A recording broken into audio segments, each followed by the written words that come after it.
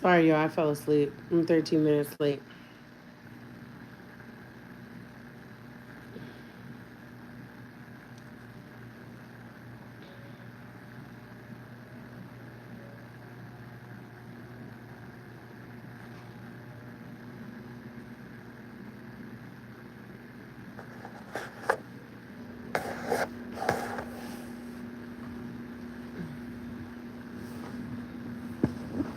I fell asleep when my brother were watching the show.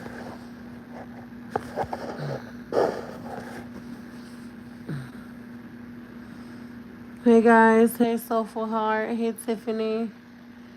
Y'all hit a like as you come in the chat. In here, key, period. Sunday said, girl, I was mid replay from earlier. Hey y'all, I'm sorry I'm late. I fell asleep on my couch. I got bedhead now from the couch. I was knocked out. My bad. Yes, I was asleep. I was knocked out. Like, slumped. Probably was I snoring, bro? Was I snoring? Oh, good. My kids always say I snore. I think they be with the cat. So, I was asleep though, you guys.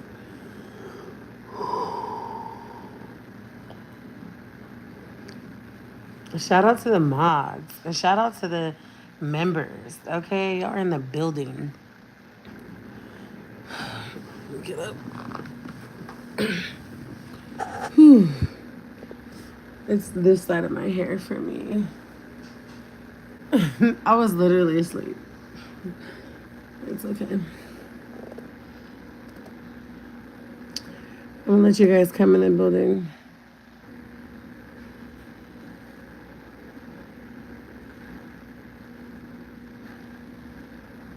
She said, Sunday said, I love which Sunday's talking about the replay from my live earlier. And she said, I love when you said in Cali, we say your name because I sure did at it. Was me and I did. Period.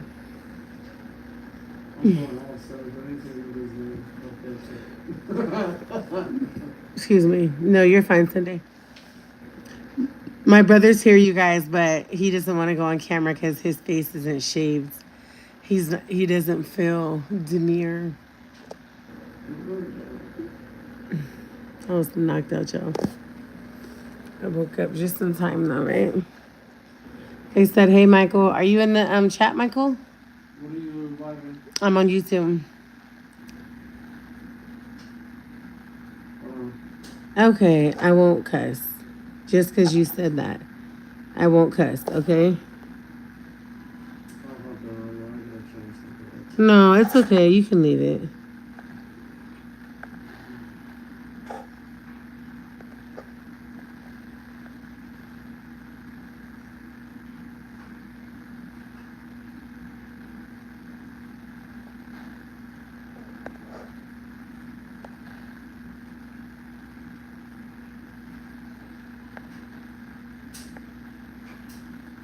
You will get on timeout in here. If you never got timeout when you were a child, you will get on timeout in here. Watch your mouth. Watch your mouth. It's the $2 for me. You will have to send me like 100 to answer that. $2 ain't enough. You can't buy nothing with $2. And I mean nothing. But thank you. You can't buy, you know, the economy. If you're gonna ask about my wideness, send enough money. Cause that ain't enough. Thank you though for the donation. I mean, not so much. I'll take $2. $200. Stop playing with me. What am I doing with $2 around here? Yeah, so mods control the chat because we will shut the chat down. We will shut the chat down. I'm just giving everybody a second to get here. All right, I'm here, period. Thoughtless TV. That's my brother. He's in the building. He's in the living with me, but he's on his iPhone too. He's my special guest. Right, right.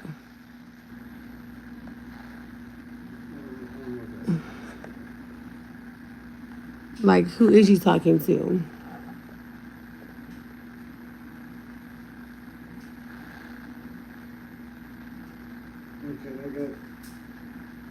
I had a high value man, and he ended up being a low budget man. So no, thank you. The chat is wild tonight. Let me find out. She sent her little minions to my little baby live. Girl, bye. Yo, I'm waking up. Let me get my little puppy. I mean, this is my Olipop. Root beer Olipop. Whoa. What? I can't see it.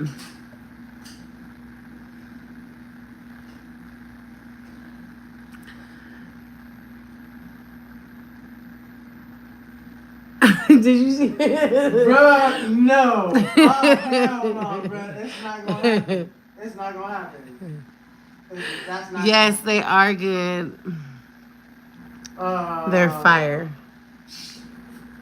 That's out. That's not happening. It's the fact that they're sending money, though. Keep it coming. Raise the bar. I'm not. That's not. Raise the bar. So yeah, I mean, y'all go ahead and subscribe to mine. But I mean, I ain't been posting. Yeah, he's paying. He ain't paying enough. Yeah, but I mean, he could stay in the chat as long as he's paying. If he starts talking crazy, sir, or ma'am, I don't know which one you are. Did you see that comment though? Yeah. Okay, yeah. No. Keep the super chats coming. Tap the live on TikTok. Share the live. Tap the live. Hit a like because it don't bite. There's 89 of you, and I can totally go to members only, and I will be satisfied. Like, I could shut this down and just go to members only because, you know, the people that really locked in with me in a real way, they're on my members only too. So. All right. Sorry if I mean, yeah. So, you know, appreciate Becky with the good hair. Thanks. It doesn't bother me. One thing about it and two things for sure. It don't. I'm not losing any sleep over that.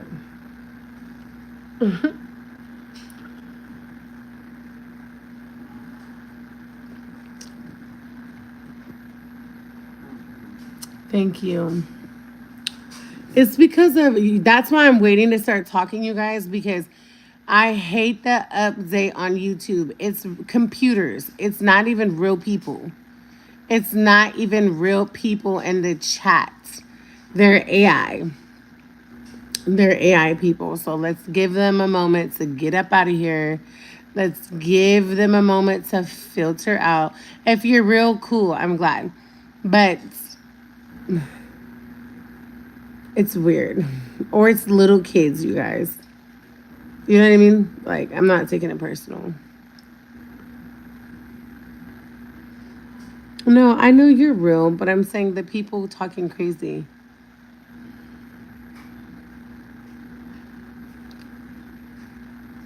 Yeah, I got the time to go look at people's stuff, so that's what I'm just saying. All right, y'all got it. Y'all got it. Y'all got it. I'm going to start talking. Shout out to my mods because my mods are in here. And if you're saying just like anything that doesn't, if you're talking off topic in the chat, it's weird. If you want to be in the bushes, stay in the bushes. If you would like to stay here and you don't want to get muted and you don't want to get put on timeout, then watch your mouth. You know what I'm saying? Watch your mouth. Excuse me. Watch your mouth. Okay? Yeah, people are just crazy in general. It ain't bothering me. So, where did it, read the room? Where did we leave off yesterday? So, my brother's here. He's sitting right behind me. Say hey, bro. You're far. You're not like on camera. I got my hair.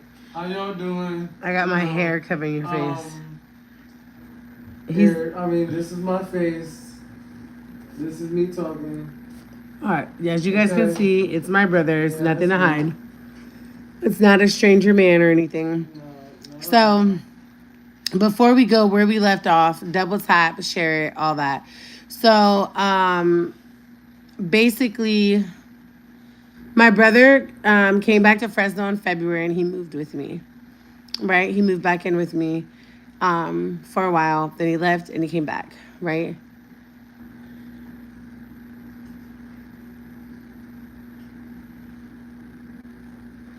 Yeah, you can hold it for another time. Hey, Key. Hey, love.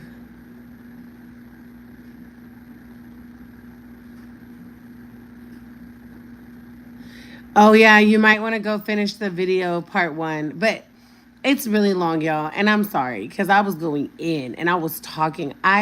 When the video uploaded and I seen it said 4 hours, I was like, what?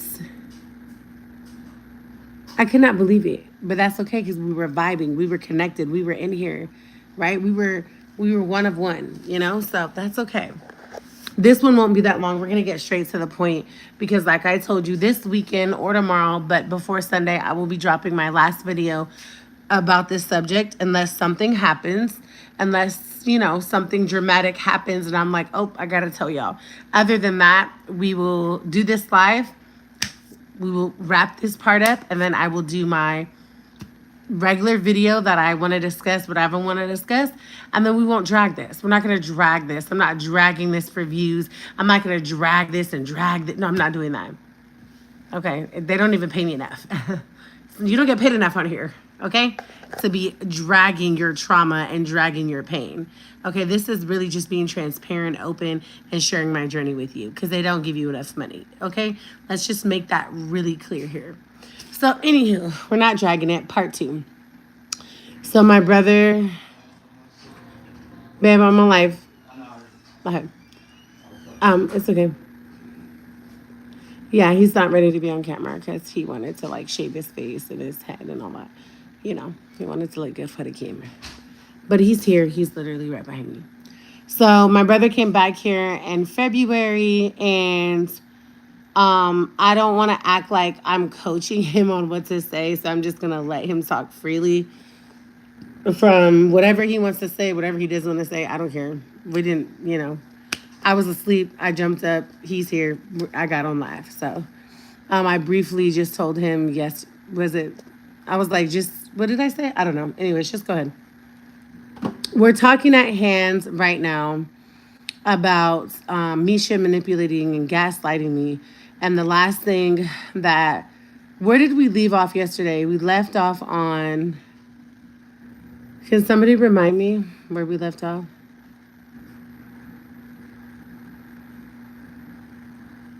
I really think that, who are these people? Where did these people come from with their fake pages? The baby, right? Was it the baby? So we drove away. I went. She went to New Orleans. I called her about the bank statement that came in the mail where they were like, you're doing a change of address. I heard her at the grocery store. It didn't sound like she was actually, in her job situation. I didn't feed into it. I hung up the phone with her. Is that where we left off? And then I showed you guys a whole bunch of receipts, right? Of how we've been doing family things, how we've been operating as a couple on and off, how we've been looking for houses. I showed you guys on my old iPhone that she broke the phone, right? Is that really where I left off at?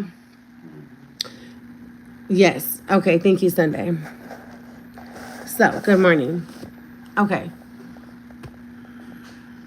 her social media. So I was telling you guys, she doesn't post on her social media. She doesn't even have the kids posted on her social media or anything like that. She doesn't post her family whatsoever. And I gave you guys her social media names. And I was like, you guys can go confirm all this. Can we get a like?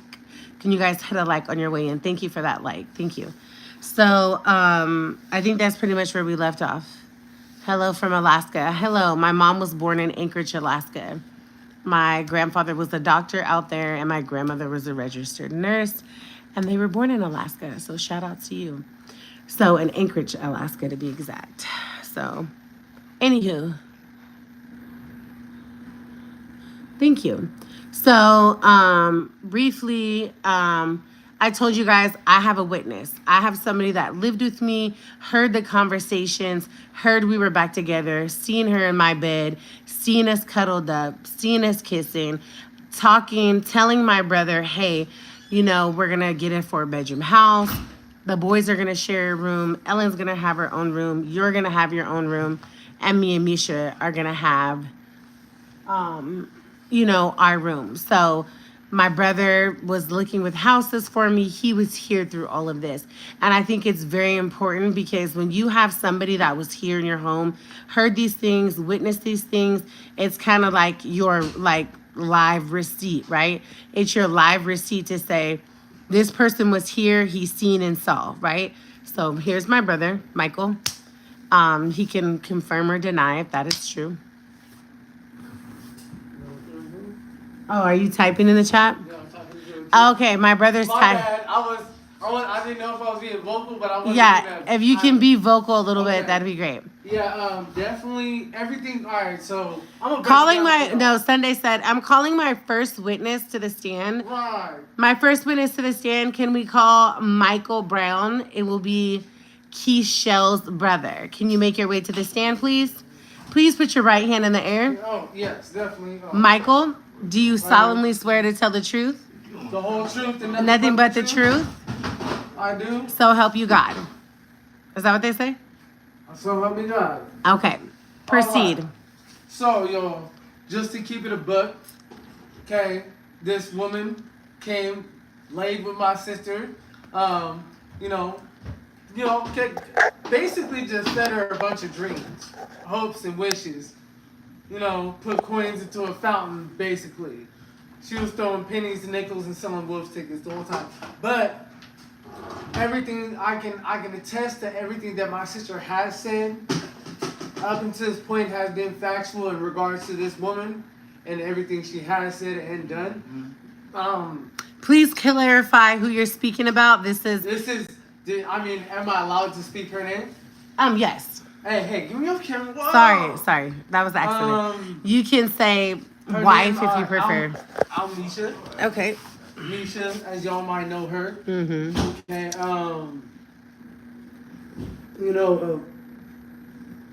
has been causing enough trouble with my sister. Can you give us an example of the trouble? Oh, the trouble. She came over here shit-faced drunk. Okay. Okay, so laid in my sister's bed, pissed herself inside my sister's bed. My sister had to get up behind this woman, change her sheets, wash her sheets after already washing this woman's clothes the night before. And she was still laying in her bed when I had to go to work. So mind you, I'm laying down dead ass sleep. I'm watching this woman lay up in my sister's bed. I gotta go to work. She's laying in there chopping it up on the phone. Yeah, this, she gotta wait for this, that, and the third. And I'm just like, bro, like, you laying in your pissy bed. I'm on So that was just one of the issues from recent times. Now, if we could take this. Can you give us a story from the past that you were there, you witnessed it, about her being really?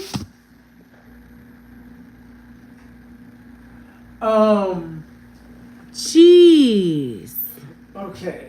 So let me get my ball. I don't even know.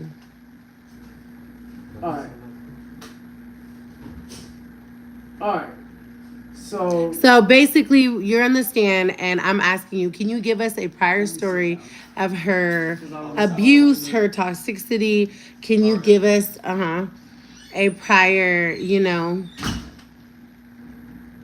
that you witnessed from your point of view? Either one, whichever. I will give you permission to share any story.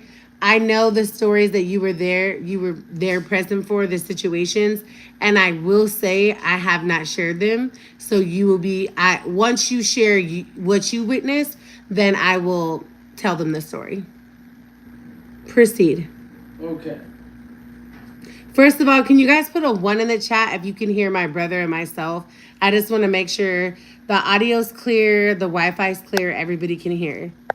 If you guys can just let me know.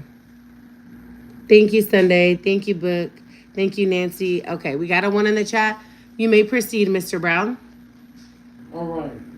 So, in occasions before, one occasion before that I can vividly remember is my sister and her getting into it. Hey, I'm not on camera. Knock it off. I'm not playing with you. Okay, so I don't remember if I was living with my sister at this time or not, but I was over at my sister's apartment. This was like when we were staying in the ghetto, some type of ragtag apartment. On Pontiac. On Pontiac. Many years ago. We were staying there, or I was over there. I can't remember for what reason. I was over there anyway. Mm-hmm. Oh, nonetheless, I was over there, and they got into it over it was something small and petty. As far as I can remember, something really petty, like argument, a text message, a disagreement, whatever it was. Now, I can remember Misha. She started getting at my sister some type of way, and she was like, "Bitch, I'll kill you." And she picked up a knife, and I was like, "No, the fuck you're not. Give me that." So I took it out of her hand, and that was the first time I removed the knife from her hand that day. Okay, the very first time. I was like, "You're not finna fucking stab my sister." Think again. Then give me the fucking knife. Try not to cuss. I removed it from her hand. Michael. Oh, excuse me. My apologies about the profanity. Yeah. But so I removed the knife from her hand. That was the first time. And then of course my sister at the time was, always been taller than me, and outweighed her by some pounds. So, after tossing her around a little bit, she tried to get to the knife again. So, once more, I had to pull the knife from her hand. It was twice that day. I don't remember if it was the third time, because, she was pretty beat the fuck up after that. And she just got tired of getting threatened with a knife. So, because basically my sister made her touch all the walls in the apartment after trying to get stabbed. Speaking of being stabbed, I remember on one occasion, this woman stabbed my sister in the stomach when I was with my baby's mother. This was shortly after I had my son. This was my first apartment, very first apartment on my own. Me and my baby's mom are chilling, whatever, right? I think my baby's mom wasn't there. She might not have been there. I don't remember. But I remember answering the door. Because my sister was banging on the door, and I was like, who the fuck's at the door? So I go to the door. My sister, damn near falls into my apartment. Blood across the hallway wall. It was a long shotgun. It was like one of those shotgun apartments where you go down a hallway, and then you turn left, and there's a kitchen, and then you turn right, and there's a living room. Well, blood down the hallway. She touched the hallway as she went in. And she was like, "Bro, come to the hospital. I'm bleeding. And she tried to lift her hand off her stomach. So I didn't know. The only thing holding her guts in was her hand. And I was like, "Hey, bro, you need to put pressure on that." And yeah, that was the very first occasion. Now the second occasion was when I had to pull the knife from her hand. I'm just watching. So it was a lot. these past couple of years, and those are just 2 times. I Let's remember let in the last 3 years. in the last 3 years, Has there's the been several occasions where we've had to de-escalate the situation between Keisha and Misha, especially Misha. She always takes it to an extreme. Like, I'm gonna take you out this life if I can't have you, and that's usually the case. Like, she always wants to kill somebody if she can't have them. Like, she always hops quickly to the threat, which is the threat of taking you out of this world. And that I mean by my sister. What about the manipulation, gaslighting? Like, you've been here for the last 8 months, right? In and out. You left once and came back. Those are horror stories, you guys. I've never shared them with you. I will briefly touch on them, but I just want my brother, he was here. He's heard our conversations. He's heard our plans. He's heard me and Misha on the phone for hours discussing how we're reconciling, how we're coming together. And I think that was the big thing I wanted you to share, because the gaslighting she's doing in the next part of the story, it's important that I have a receipt, a live person to confirm that.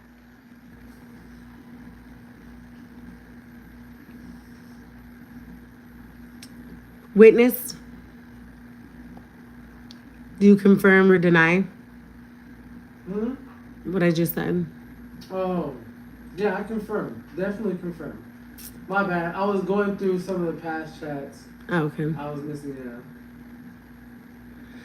So, my brother was here, y'all. He heard it all. He heard the conversations. Were we gonna get a house, Michael? Was I gonna get a house? Were we all gonna get a house and move in Oh, together? that's facts. That's big facts. Was Misha coming back home? Yes, that was big facts. Were me and Misha off and on this entire 8 months? Yes. Okay. Have we been off and on for the last 3 years? Yes. Okay. So, as you can hear from my brother, right? I think that's important for the next part of the story that I'm about to share, right? Because the veil has been lifted and I see her for who she is now, a manipulator and a narcissist and gaslighting me, right? Like my brother just said, sold me a whole bunch of dreams and stories that were never going to happen and weren't true, right? And let's not forget, I'm loaning her money and giving her money. Excuse me, the whole 3 years off and on. But let's say the last year since I moved here last year in October. I've been at my townhouse for a year now. It was a year on October 1st. Excuse me, guys. This Olipop is making me burp. I apologize. It's not very demure of me. I'm sorry. Hey, Tiffany, you're hilarious, bro. She said I would have. Damn. Hey, man, I give you that one. Yeah. So, what was I saying? My brother's been here. So for over the last year, just like financially supporting her, like willingly, like not being forced or anything like that. Because again, we're off and on and we're trying to reconcile, right? We're trying to come back together. So it was very important that you guys heard that, because the next part of the story, you are going to be like, huh, what, what? Okay. So let's bring it to this. Hey, double cup, cute. It's Sunday. I decorated my living room. As you guys could see in my videos, if you watch my son's birthday video, okay, you can see I decorated the living room. We had French toast. My brother helped making that. All the things for my son's birthday. My son, Sunny, all my children have iPhones. They have iPhone 13s, right? Sunny, Michael, and Ellen, not the baby. Right. And Sunny was upstairs. He was on TikTok. It was Sunday morning, his oldest brother's 13th birthday. So he's scrolling on TikTok, and long behold, he goes to his stepmom. He calls Misha Daddy Misha. He goes to her page, right? Because they follow each other. And Sunny proceeds to look at her story on TikTok. Oh, I need the old phone. When Sunny looks at her TikTok, the picture that's in the thumbnails is of Misha and her side piece, her home wreck. I don't know what she is, whatever she is. Okay, we're gonna call her.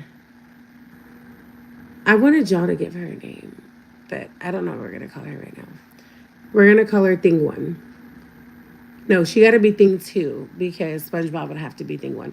So Thing Two, that's what we'll call her. Thing Two, was in the picture, right? And she has her arm around Misha. Misha's leaned back, they're smiling, and it has like the little lock-in emoji and some hearts or whatever, right? And Sunny sent it to me, and it says, "That's suspicious," right? I open it, and I'm like, "What is this?" So my brother takes over continuing cooking breakfast. I go in the garage because obviously I don't want to do this in front of my children. I don't want to ask her anything. I don't want to cause a commotion on my son's birthday. So I proceed to go to the garage. I look at my brother and I'm like, "Hey, can you finish breakfast?" He was like, "Sure." We got the music going. We're setting the tone for my son's birthday vibes, right? So I go in the garage. Of course, my 2-year-old baby, as you see him in the video, we were gonna get in the shower. My brother was gonna finish up breakfast. Me and the baby were gonna take a shower. We were gonna get ready, right? So he was already in his diaper because some stupid person made a comment, and your baby's in the garage in the diaper. When you have a toddler, they're stuck to you. If you exit, they're exiting with you. If you're putting clothes on, they want to put clothes on too because they want to go with you. And me and my son are very close. So when I exit that door, he came out right behind me. And when I tried to put him back, he threw a fit. So guess what? He stayed right there. I'm his mom. But my older children were present inside with my brother, inside the house, right? Doing breakfast for my son's birthday. And again, my children are asleep in bed right now. I'm not having this conversation in front of my children. My children are not awake. They're upstairs in their rooms, and my children are asleep. I just want to give that disclaimer. I don't have these conversations in front of my children, right? All of my children are asleep. It is 9:45. Do you know where your children are? Hopefully they're in bed too. So, I'm so extra with it. So I go in the garage. I text Misha. I'm like, "Hey, did you post your girlfriend on social media?" Right? And she was like, "No, I didn't post anything on social media. I don't post pictures on social media. You know that. What are you talking about?" I said, "Well, you posted something on either Snapchat or TikTok, right?" Because still at this point, I don't know that those are from TikTok, right? All I know is that Sunny screenshotted them and he sent them to my phone. So in the beginning, I'm thinking those pictures that Sunny screenshotted are for Snapchat, but they weren't. They're from TikTok. So I'm telling her Snapchat first, and she was like, "No, I don't post anything on there. I don't know what you're talking about." And so then I sent her the receipt of what Sunny sent me. I said, "No, on TikTok." And she said, "I'm not in a relationship. I was probably drunk." Okay. So I'm crying at this point because, as I was telling you last night, my spidey senses have been going off. My woman intuition about her lying, about her turning off her location, about was she really staying at her aunt's in the Bay Area while she was in the apprenticeship. And let me say something.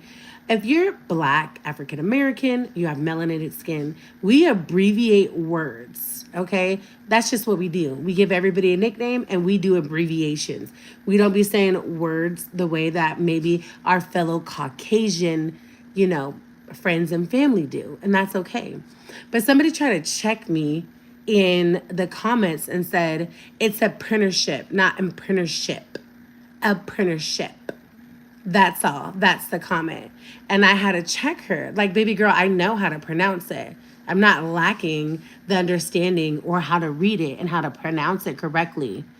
I'm saying in abbreviating it, because that's what we do. So if you don't like that, keep swirling, okay?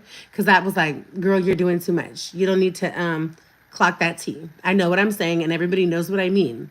Chill out. Anywho, so, all of my spidey senses going off, all those things, right? And this moment, I'm getting the confirmation, right? That I wasn't tripping. I wasn't going crazy. I wasn't like her, how, like, she'll communicate, she'll talk, she'll come over, and then there'll be no communication for 3 days. What? And we're trying to reconcile. I'm like, how are you not calling me? How are you not calling me when you're in the Bay Area for so many days for the class? You're not in class all day. You work in front of a laptop, right? How are you not calling? Like, I still don't, I'll probably never know the truth about that.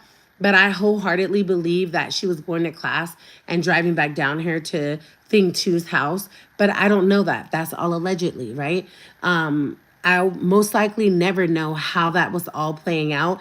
But like I told you, after after Misha's birthday bash that I had for her and her family came, from that moment forward when she left, I felt like something was going on. And I told you guys last night, I would confront her and I would say, hey, Misha, if you're dealing with somebody or you're in a relationship when we're like on and off, hot and cold, because we would go back and forth with each other, like, oh, we're going to do this. Oh, we're not. Oh, no, we love each other. You're my whole world. Let's go forward. I'm just being transparent. It was just like hot and cold. So when we were, cold, I would ask her, like, please let me know. I don't want this to be the same, like a repeat of what we went through last time, right? I don't want to go through that. Let's be honest. Let's be open. Let's be transparent. And she would always say, you're tripping. You're tripping on me. I'm not dealing with nobody. This is what you do. You want to start drama. You want to accuse me of things. And really had me thinking that I was tripping and she was just doing her job and doing, going back and forth to the apprenticeship. Because that girl pissed me off like I can't speak, okay? And, handling her business, right? So she would always gaslight me, right? Gaslight me, basically knowing that what I'm saying is the truth and I'm fully aware and I'm questioning you about it and you're denying it, knowing it's the truth in my face, right? And then playing mind games on my mind to make me think that I'm crazy. You're gaslighting me, right? So, in the text, she says, no, I'm not in a relationship. I was probably drunk. Can you go get the old phone for me? My old iPhone? Because I have this screenshot in there and I have all the text messages. Yeah, and I just want to show the receipt, right? Because if you're new here, Key always comes with the receipt. So let's continue with the story. So Misha lied. I got off the text message with Misha. I sent the girl a message. I was like, hey, check it out. This is my wife. We've been together all these years.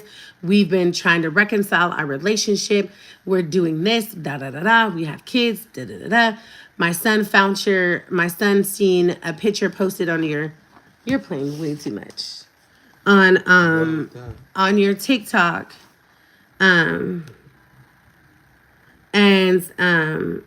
like basically asking her what is going on, because if my wife is dealing with you, she's basically been cheating on me and lying to me, and you know what I mean, playing with my emotions, like selling me a dream on us reconciling, selling me a dream on us coming back together and being a family, right?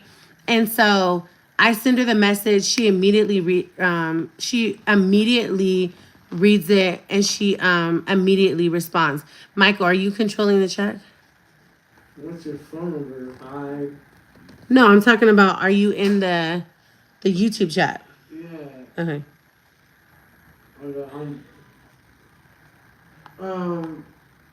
Sandra, no, I'm the brother. Yeah. Yeah, I'm in the YouTube chat. I'm just reading the comments here. Okay. So here, hold on, you guys.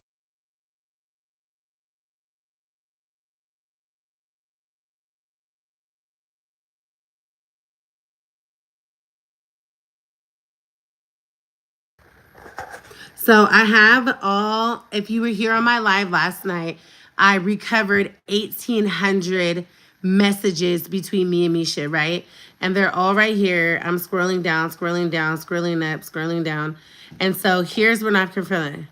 I said, I sent her the pictures.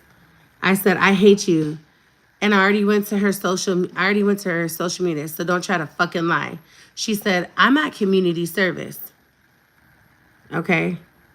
I said, you could have told me the truth. You got this little ass girl. That's what you do. Hold on, wait. Let me go back up. Sorry, y'all, because that's not going to make sense. I got to go back to the text message where she said. Wait. Where she says, I don't have a girlfriend. Sorry, y'all. I took y'all back. Hold on, y'all. I didn't start at the proper time of the damn messages. I don't know how to act. Okay, there you go. It's okay. She said, I'm not in a relationship and I probably was drunk. I don't know if you guys can see it. Right?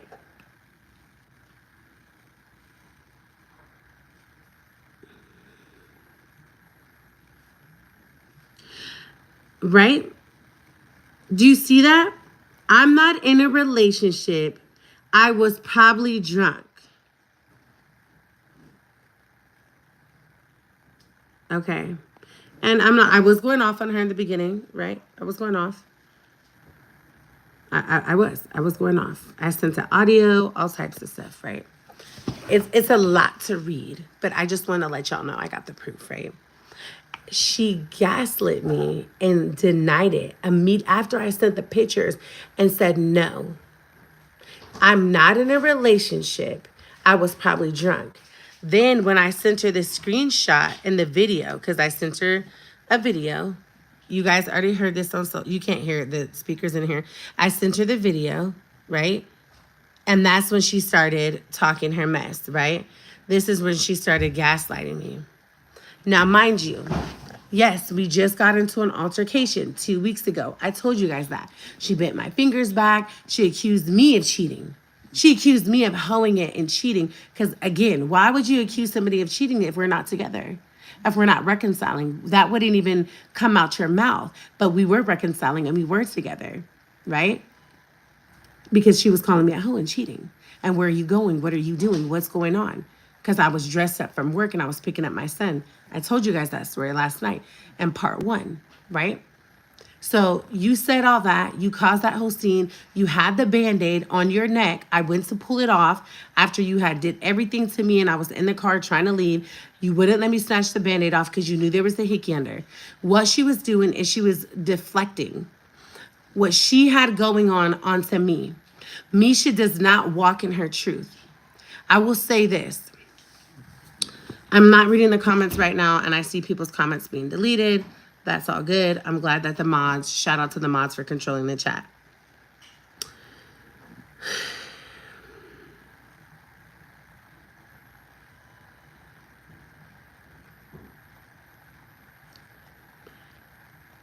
She says, this is what the girl says.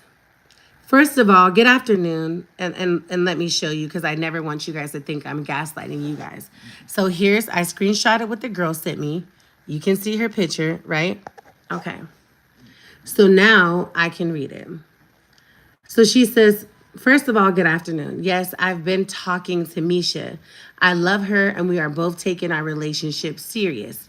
I know you guys haven't been together for 3 years.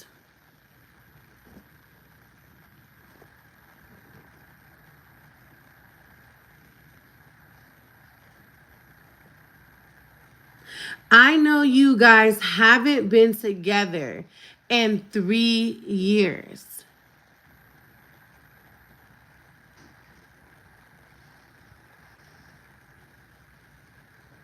Michael, are you hearing this? Mm-hmm. Okay. Is that true, Michael? No. Thank you. Who is that? It's just random people. They have nothing to do with our chat. We're taking our relationship serious. And I know you guys haven't been together in 3 years. I apologize if I caused you any hurt. I'm not that kind of woman. But I'm also not finna break up with my girl over the lies you just said. I'm also not finna break up with my girl over the lies you just said. She said, here's the kicker. Maybe it's true. Maybe it's not. But I know for a fact that she's been with me all week and was out of town the week before. She says, I know Misha, and I know she's not going to be playing games with me because we both have been played with before. We both, this is how she's talking. We both grown. Let's not spread lies or rumors. I know she wants to be there for the kids. And y'all should, this is what this little bitch is telling me. She said, y'all should only be having conversations about the kids, not about me and her. If you're up to it, we can even meet one day. If Misha is still allowed to see the kids, I will be around. I'm respectful and I don't do drama. Drops phone chat. So I send that to Misha. I said, so you're not in a relationship? You said, I'm not in a relationship. Let's go back to it. We got to go back to it. Because I need you to see the gaslighting and the manipulation. I need y'all to see it. She said, let's go back to it. It's important. It's so important in this whole conversation that we go back to that. Because when we go back to that,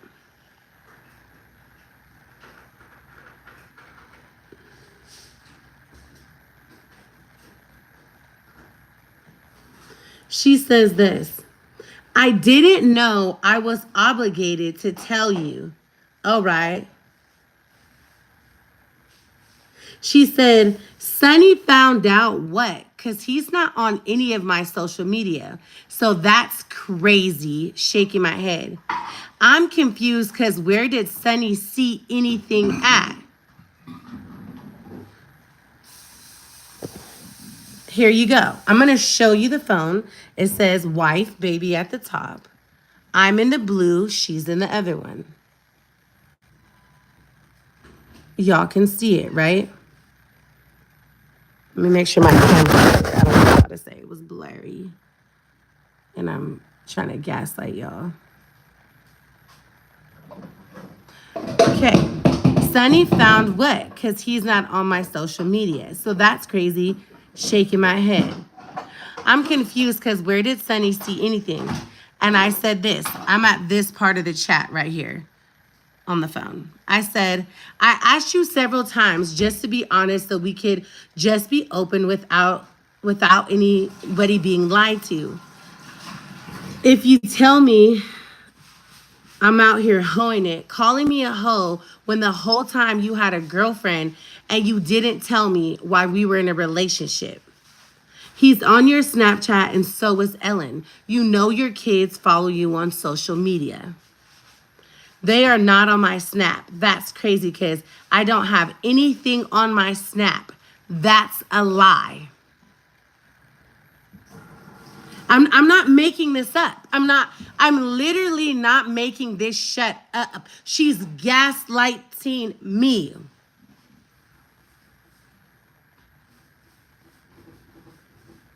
Here you go for reference.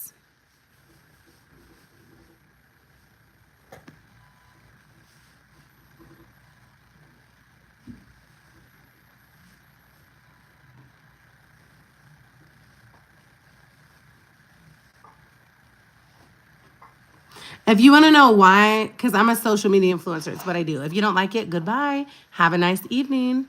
The proof is in the pudding. Okay. There's one thing about Key. She's going to come with the receipt, baby. Every time. So then after she says, they are not on Snap, on my Snap. That's crazy. I don't have anything on my social media. My Snap either. That's a lie. You see it? Soon as she says that's a lie, guess what I send her? The proof. I immediately, as soon as she says that's a lie, I send her the proof.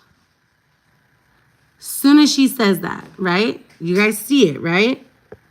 Put a 1 in the chat. Put a 1 in the chat if you guys are following along. You see the screenshot. I mean, you see the text message. This is 1,800 text messages in this phone.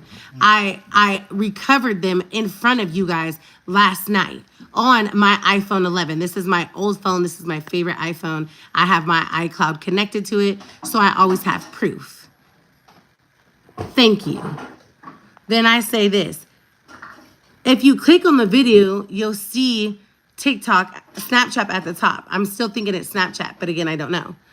She said, I haven't put shit on Snapchat, so I don't know, but okay. After I already sent her the pictures, do you see the manipulation? Do you understand why I was crying so hard and why I was so pissed off? She's playing in my face on my phone where she don't even pay the phone bill. Gaslighting me. Making me think that, what? Come on now. Like, it's right there in my face. I would be delusional. Oh, you could read the text message. It's right here. I haven't put shit on Snap, so I don't know. But okay. So then the next thing I send is what? I send a fucking video. This is the video I put on my vlog. You guys already seen it. You guys already heard it. This is Misha's TikTok. So this is what I say. She forgot who you were. So you didn't post that on TikTok? That's not you in the picture with your new girlfriend when you've been telling me you want your family back, we're together and you love me and you want to get a house, calling me a hoe and I'm hoeing it, but I'm actually out here single and celibate. I said, what was so hard about just telling me the truth and being honest? It was so hard about telling me the truth that you were dealing with somebody and started a whole relationship while we're trying to reconcile ours. You never post anything on social media. I said, you post this little girl. You've been dealing with her. I knew it. I told you. I said, if you're dealing with somebody, can you just tell me the truth so we can co-parent and move forward? And you always said, I'm not talking to nobody. I'm not dealing with nobody. And I'm actually being honest with you. And I'm actually telling you the truth. When all along you weren't. That's what I sent her. Here you are.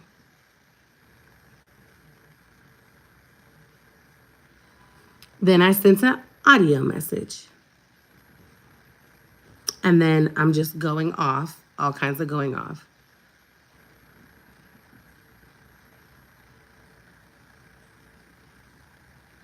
Then she says this, like a lying ass, hoeing ass bitch that I will never talk to again as long as I have air in my lungs.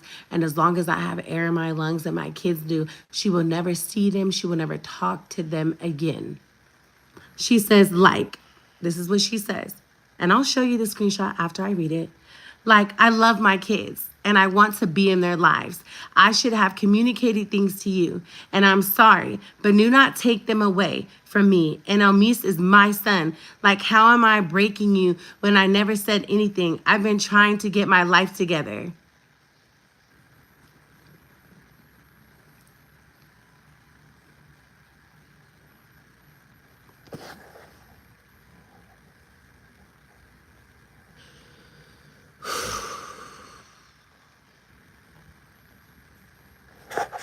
I ain't gonna cry. Nope. Because I already told myself I'm not crying behind her anymore. Right? I'm not doing it. I'm not giving her any of my tears.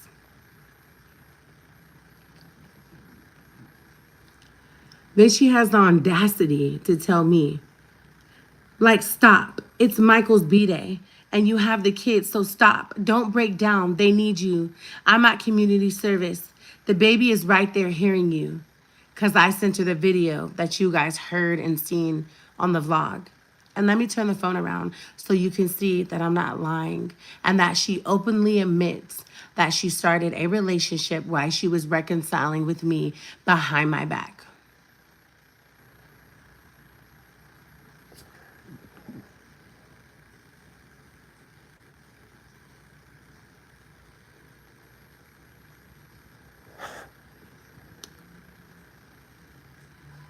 Okay. I said, you're fucking crazy. I asked you multiple times if you're dealing with somebody. You said I'm not. I can't be in a relationship. I just want my family back. I'm trying to get my life together. I'm trying to get I'm not trying to get in a relationship outside of our marriage. I'm not dealing with anybody. And then you put her on social media. You don't give a fuck about me. You don't give a fuck about my kids. Sonny had seen that shit. And Sonny sent it to his own mother. I'm done, Misha. I gave you so many chances and opportunities to tell me the truth so we could co-parent. I had my intuitions and my spidey senses, and I knew that you were dealing with somebody. But you're a liar, you're a narcissist, and that's what you are. You're a horrible human being. You've broken me down for the last time. You know how I feel. I shared them with you. I told you I wanted, instead of you telling me the truth and you were dealing with somebody else, you posted on TikTok. I'm done. You did this to yourself. You don't get to control the narrative after you lied to my face instead of just being open and honest about the situation. You've broken me for the last time. I hope you're happy, but karma always comes full circle.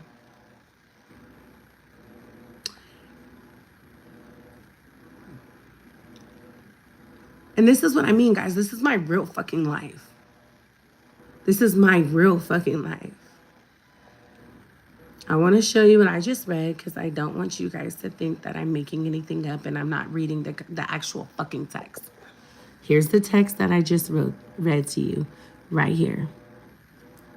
If we scroll up, we can read it together. You did the same shit with Jess, SpongeBob, the white girl. Y'all remember 3 years ago? You could have just told me the truth. It's October. You did this to me 3 years ago in October with SpongeBob. And now you did it to me again in October on my son's birthday. My son had to see that on TikTok, where you could have just told me the truth when you could have just been open and honest. But you're a liar and you like to gaslight me.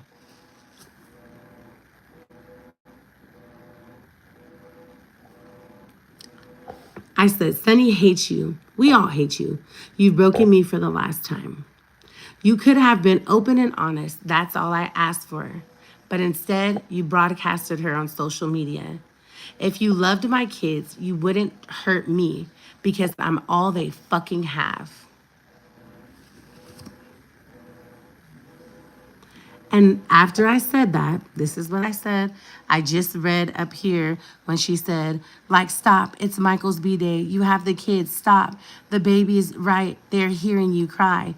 I just read this all to you, what I just said, right? Sonny hates you. We all hate you. And this is her next fucking sentence right here.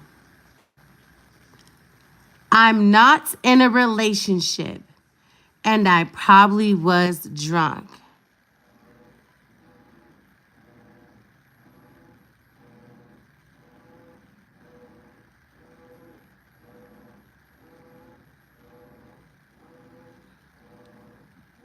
Do you see it, bro? Yeah, no, I see it. All right, so from your side, the way you have the cameras. Is it hard for them to read? No, you have a reflection now. No, right there. Uh-huh. All right, so come back. You're gonna have to go closer to the camera. But yeah, it's just hard to read. All right, sorry guys. I'm not trying to make it hard to read. So, My camera. I have, y'all. The reason I'm talking is because I have a 14, so 30 on my screen. If I have trouble reading it, then I know you guys are going to. But that shit right there should, yeah. So if you guys, yeah. So it literally says, I posted this as the thumbnail. I'm not in a relationship and I probably was drunk. Okay.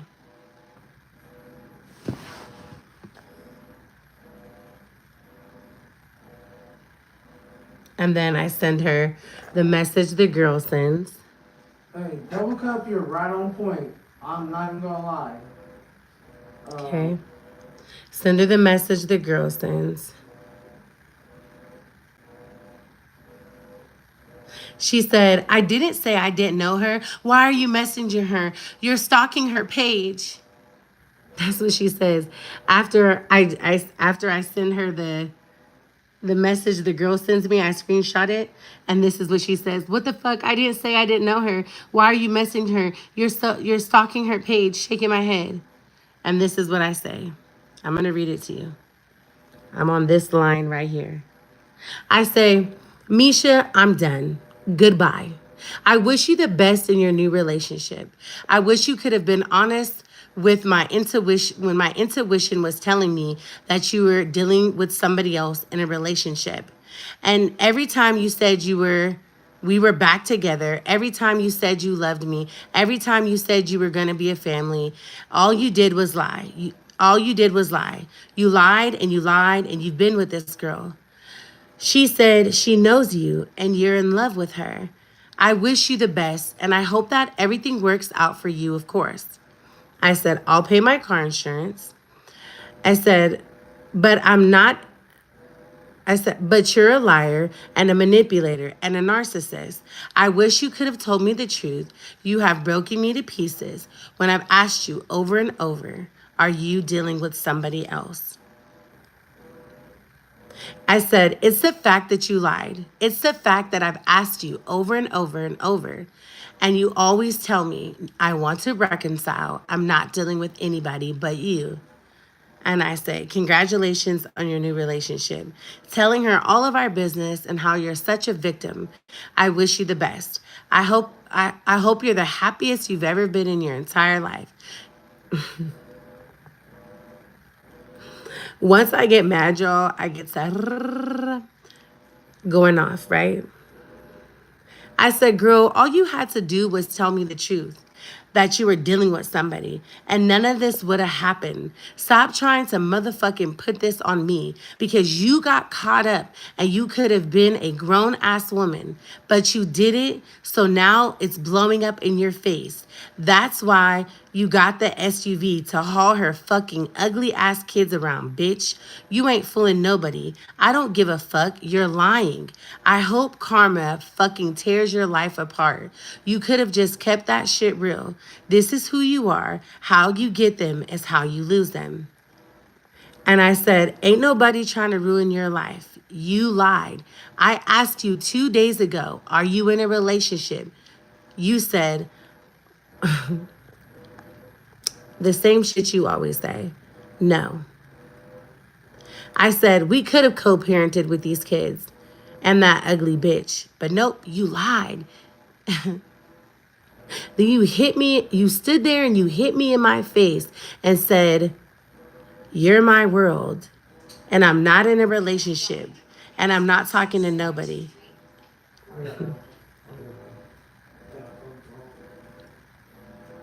And then she tells me, get off their post shit about me and her. You're doing starting hellish shit. And you said, now we're just going back and forth talking shit, basically. You know, the shit talking. And this was the last thing I said. This is the last little comment I said.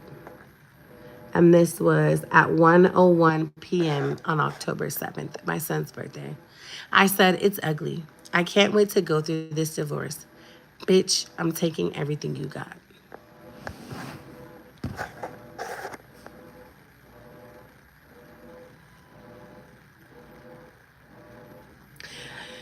This is where I need y'all to talk back to me. I need y'all Twitter fingers to get to chatting in there.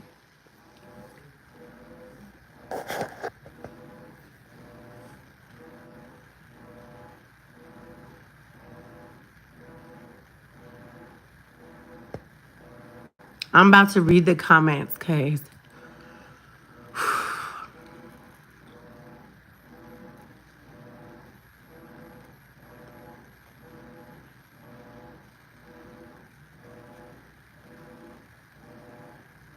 so you've been dealing with this girl. I don't know for how long. I don't know when it started. But I know why you were dealing with her behind my back and lying to me, sleeping in my bed, being on the phone with me, selling me lies and dreams and applying for houses together, telling me we're going to reconcile. When you come back from New Orleans, which was a week ago, that you were coming back to my house.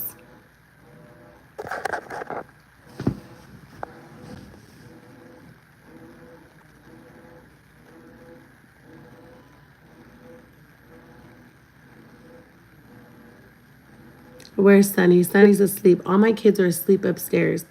My kids have a strict bedtime at 8:30. And mama don't play that. Kids need their rest for school. Nah, not even child support. Her ex completely out. She deserves not to be a part of you. Facts, and your beautiful babies are not hers. They are all yours, and she deserves no part.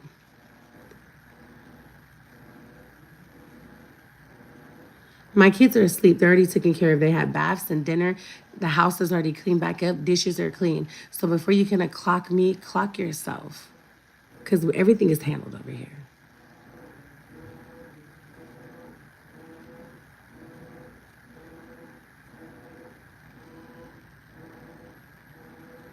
And I said some crazy shit in there. You know, I didn't say all the crazy shit because, of course, we're on YouTube. You know, I got to be careful. That's Tiffany said, that's why she was crashing out. But God revealed all you needed to know. That's why she was crashing out 2 weeks ago, and she put her hands on me, broke my phone, bit my fingers back, said all that, called me a bitch, hoeing ass bitch, cheating bitch, because she was doing it. She was deflecting her reality onto me because she didn't know how to tell me.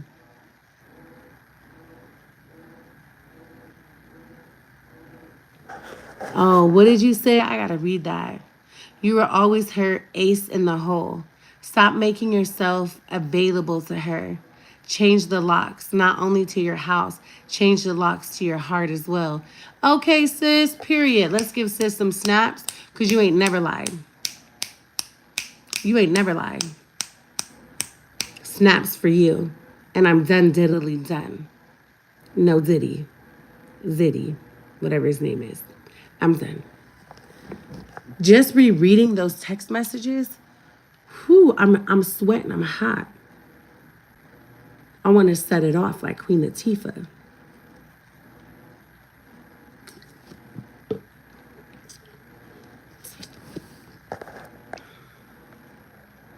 The whole time she was guilty and was and is. What gets me is even after being shown proof, she still lied. Like, what in the delusional mind games was that? Thank you. And I showed you the text. I showed you the proof that even after I sent her the pictures, she still said, I was probably drunk. I'm not in a relationship. The gaslighting, the mind fucking me. The mind fucking me. So she could keep me right there. Because this bitch is broke. This bitch is on welfare. This bitch ain't got shit. She's driving a bucket with the door hanging off in the back. Yeah, she is. Yeah. Oh, are you guys ready to know what happened when her mom came to my son's birthday party? Are we ready to move on? Because that was that. And then I blocked her when I said, have a great life. Congratulations on your fucking relationship. And I blocked her because it was my son's birthday. And one thing about me is I'm going to do my big one and I'm going to step hard behind my kids. Period, point blank. I don't care what I'm going through. I don't care how hurt I am. I don't care how sad I am. I'm going to put my feelings to the side for my child. And that's exactly what I did because I'm a good mom. And real moms show up regardless of what they're going through. And they don't let their storm and their raindrops fall onto their kids. Period. Hey, Cynthia. Hey, girl. I could tell, even hearing all you've put up with from your brother, to hear what you've dealt with is a lot, and you're done. You could do is, I'm done. I'm done. I've been in a relationship like that, and the mind games are the worst, really having you feeling like you're going crazy. And I was, but I felt it all along. Let, okay. Okay, question. If she did tell you and she had someone else, would you have been able to handle it? Absolutely. I'm a 30-year-old woman. If Misha would have came to me and took accountability and looked me in my face and said, look, I've been dealing with somebody. I didn't know how to tell you. I want to see where this goes with her. Can I still co-parent with the children? I would have fucking stood up and given her a round of applause. I would have gave her a standing ovation. And I would have been like, oh my gosh. Do you know how much peace I would have had? Because I've been tripping. I've been tripping. Like, am I tripping? Am I feeling this for nothing? When you're hugging on me, when you're laying in my bed, when we're talking on the phone, when you're sending me sweet nothings and text messages. Oh, I love you. You're my whole world. That's her favorite thing to say. I love you. You're my whole world. I don't want to be without you. That's her favorite thing to text me. I miss you. I miss the kids. I don't want to be without you guys. I want my family. Absolutely, to your question, if Misha could have came to me as a grown woman and owned up to her shit, I would have met the girl. Hey, how you doing? What days can you take the kids? What weekends can the kids go with y'all? Straight up, I'm not a child. I'm not a little girl. I'm not Olivia. I would have been the relief I would have felt from all of these months of feeling like I was being manipulated and it wasn't just me in the picture. The relief and the honesty, the accountability as a grown adult. Would I would have been hurt still? Absolutely. But it wouldn't have been about me at that point. You told the truth. You came forward. You're being honest. Yes, am I hurt? But let's co-parent now. And we're out the picture. There's no more reconciling. Yes, it still would have hurt, but I would have handled it like a grown-ass woman, okay? And that's that on that. And we're going to call a spade a spade. She needs help, and you can't supply that. You're not her saving grace anymore, and I'm not. Can you introduce yourself? Hi, my name is Key, and I've been in a relationship with a narcissist, a manipulator, for the last 10 years of my life. And we officially departed on October 7th. I don't know. Is that how you wanted me to do it? I hope I did it right. She doesn't get to come play family when she wants to. One minute she's there and the next minute she's not. She's already showed you 3 years who she was. You deserve better, so go get better, Key. And I will, sis. Thank you for that. Absolutely. It's a wrap. It's done. The only thing you've done wrong is starting with her, is staying with her this long. I know, Sunday. You're a true woman. Thank you, Vegas. Why are you losing control? I'm not losing control. What are you talking about? I'm calm here, communicating my story, my side of it, and my feelings. I'm not crashing out, having a conversation, but okay. Your guy does not lie to you. Your gut does not lie to you. That's called gaslighting, baby. To the max. Hello. Laugh out loud, not live. I think it hurts so much more because she was supposed to be your best friend. That's why you could have handled her telling you, because you were supposed to be friends. Friends keep it real, and that's right. And Sunday.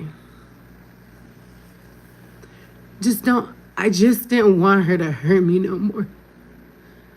Tell me the truth. Yes, the truth hurts, but a lie hurts more. I just wanted the truth. I wanted her to be a 37-year-old woman that she is, and to hold herself accountable, even if it made her look like a horrible person, so that I didn't have to find out like this, so my son didn't have to see the picture on TikTok. So you could have just came to me as a woman and said, hey, I've been talking to somebody. I'm going forward with it. I know I said this to you, but that's not what I want. But I still want to co-parent. This is still my wife, you guys. Somebody that has a key to my door still to this day.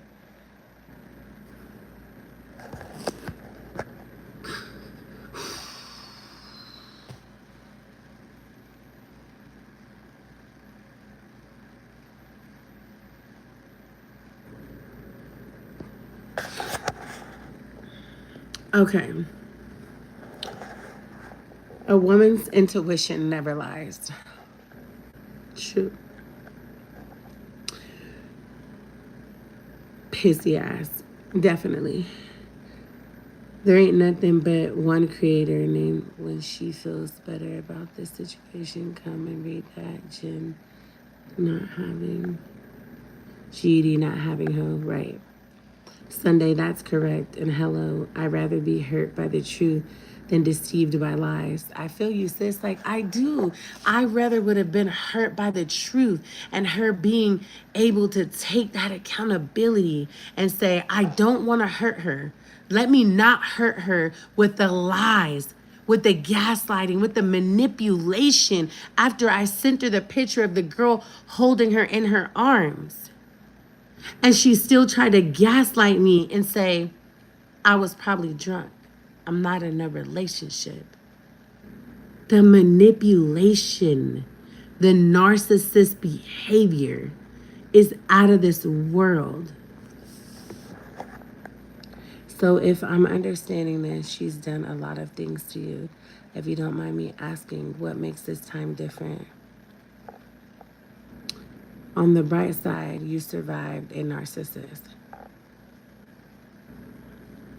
And those are the worst people to deal with. So congratulations.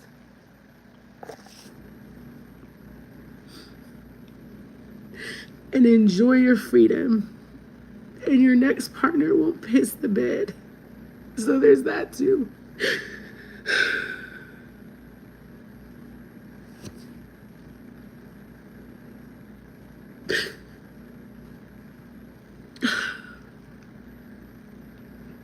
And I don't care. I'm a human and I want to be transparent and I want to be vulnerable with my audience. And this is my truth. This is my truth. I can only speak my truth, my pain, and my feelings. And I'm going to be authentic. I'm not going to pretend that this doesn't hurt, because it does. And I wish that I could say, like, right there, that's it. There's nothing else to be said. But there is. And I'm going to finish it up right now.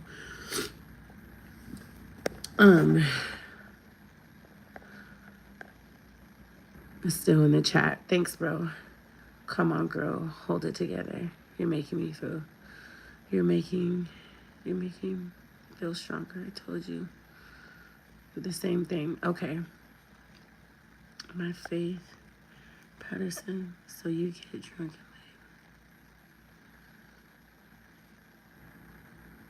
leave. Give God your hurt. He's the only one that will never hurt you. Heaven and earth will pass away before God's word comes back void. He'll give you peace. This is confirmation to stay close to him. I'm sending a big hug. Thank you, Jade. Girl, don't cry. You good. I don't understand why I lead you on. Again, this could have been so simple. People are evil. And that's what I'm saying, Tiffany. You get what I'm saying? Like, I think you're understanding, like, how evil is that? You know what I mean? Like, that's fucking evil. Because you're playing with my mind and my emotions. When you could have just released me. You could have just let me go. Right? But the evilness, the intent behind it, that is what's hurting me. I'm not crying because, oh, I love Misha and I want to be with Misha. No, I'm crying because the way that she did me. The way that she did me.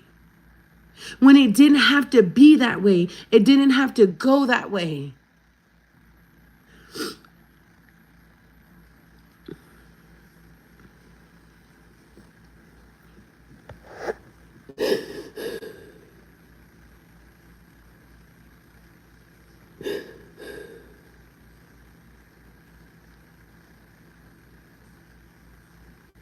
And she made it seem like it wasn't a big deal, you know? telling me to get off her post, to leave her alone. I can't explain how triggering that whole situation was. It brought me back to SpongeBob to the max, you guys. It really did. And if you know what I'm talking about, you've been here a while. I know, we're trying hard to make you laugh. I know. Thank y'all.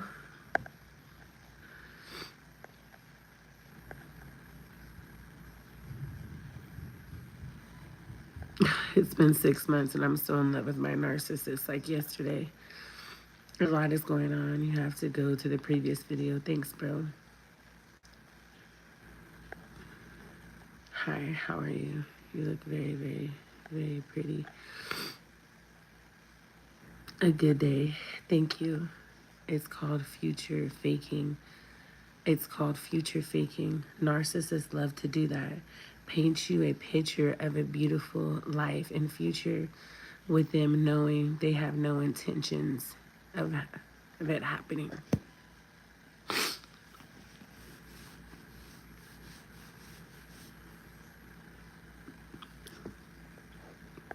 This is the last time she'll be able to play in your face. It is. It's over. If you're new, catch the replay. Start at part 1. Crying is good for the soul. God bottles every single tear. It's cleansing. Well, at least you don't have to buy a pad key. That's true. Hey, mods in the chat. Does any of you all have keys to Cash App? My Cash App is key +3. If one of my mods could put it in the chat. I hope you feel better. Thank you. Yeah, because it's like, why are you protecting her from me? Shouldn't it be the other way around? I'm your wife and mother of your children. Right. That we've raised together for a decade.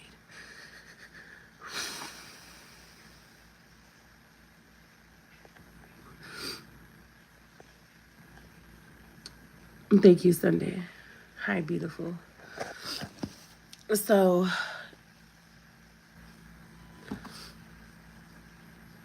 I am. And I want to share that with you guys in my final video that I make this weekend. Like, I'm going to make a video, and I'm sorry if what I'm saying is triggering. I've just been through this situation recently, so I understand, and I'm sorry for everything that you're going through. Thank you, Bookworm. What did her mom do after coming to the party? I'm about to tell you right now. I've been through something very similar. Trust me when I say karma is real, and she don't miss. I've watched God make his round on the narcissist in my life, and it wasn't pretty. God will handle it.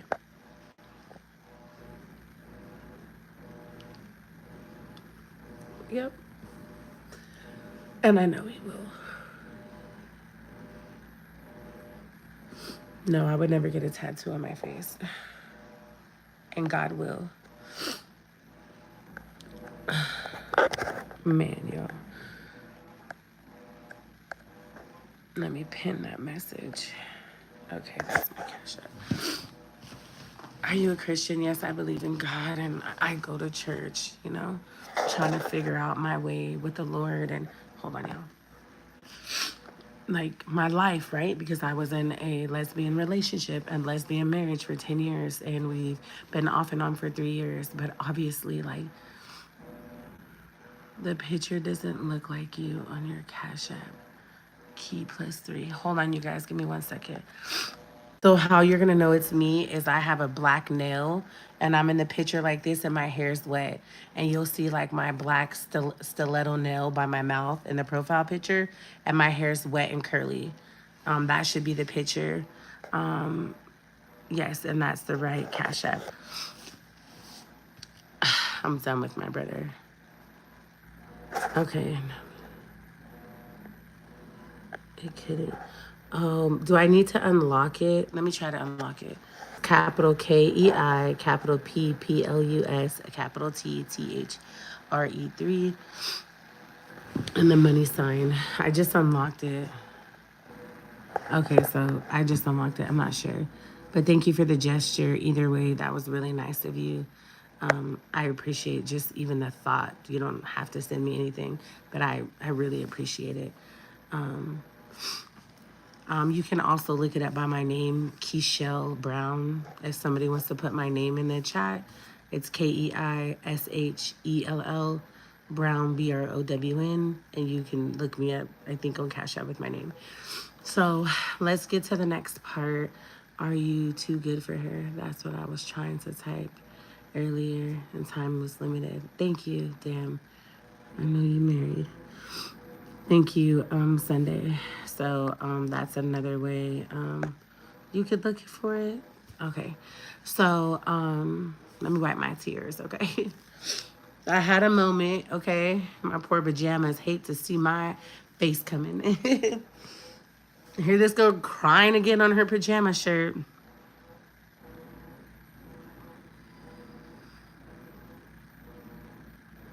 That's a pretty name. Thank you. Okay. So, and I think you guys, if we're just being very transparent here, and I know I keep saying that because I just want y'all to know I'm being transparent here. I'm just being vulnerable with my audience. And I get it. Some people are like, why? This is what I'm choosing to share on social media, right? It's my prerogative. But I will say this, this last year has been really tough for me, you guys. Like, really, really tough for me. As you guys know, within the last 12 months, I have lost my biological father. We just celebrated his 1 year anniversary last month of him being ran over. I lost my stepfather, and I lost my brother to his mental illness and him having to spend possibly life in prison. And I am now about to walk through a divorce.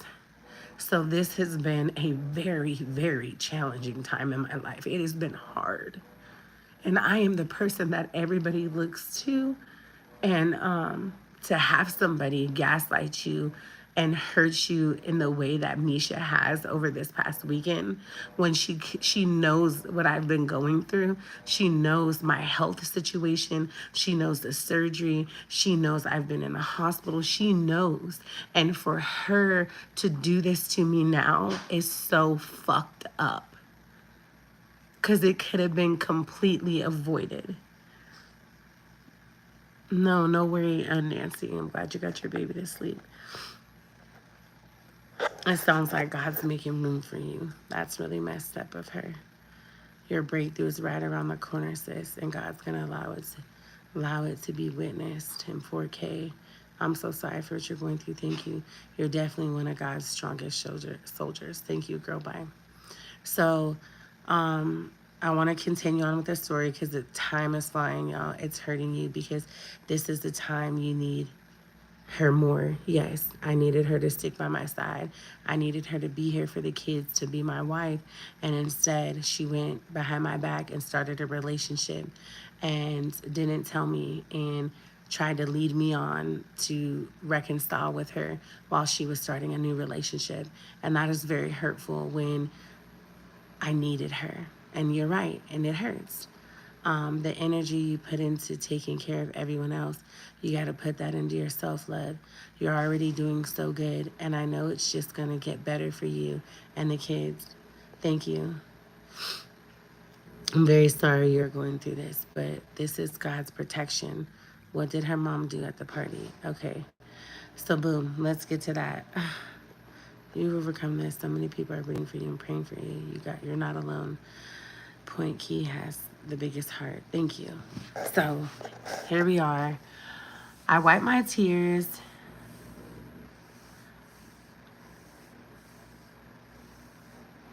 And maybe that could be, he said, it's okay. That comment's fine. She doesn't want all the baggage that you come with. And that's okay. People are entitled to feel that way. But also, if you love somebody and respected them and spent 10 years of your life with them, then we have to hold society and human beings accountable to say, communicate that, express that, so that you don't hurt them even more. Because if my life is already hard, don't make it harder. If I'm already hurt, don't hurt me more. Walk away in peace. Walk away where we can still have some form of friendship, where at least you didn't hurt me again. But now you and I'm not on here to bash her, but Misha's an alcoholic. And when I say an alcoholic, I mean an alcoholic, a real alcoholic. So again, I'm not on here to bash her. That's not what I'm trying to do. I'm just sharing my truth, and I'm sharing what I experienced in the relationship. And yeah, she's almost killed me twice. Like, I mean, and we're not here to go into that and all that, and I'm not even gonna go there. But I would say that everybody comes with their own kind of baggage and different baggage. I don't believe that anybody comes into relationships with no baggage. Everybody's baggage looks different.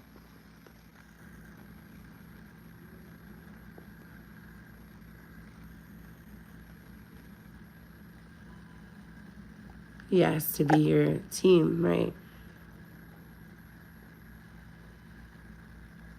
She said, girl, you got this.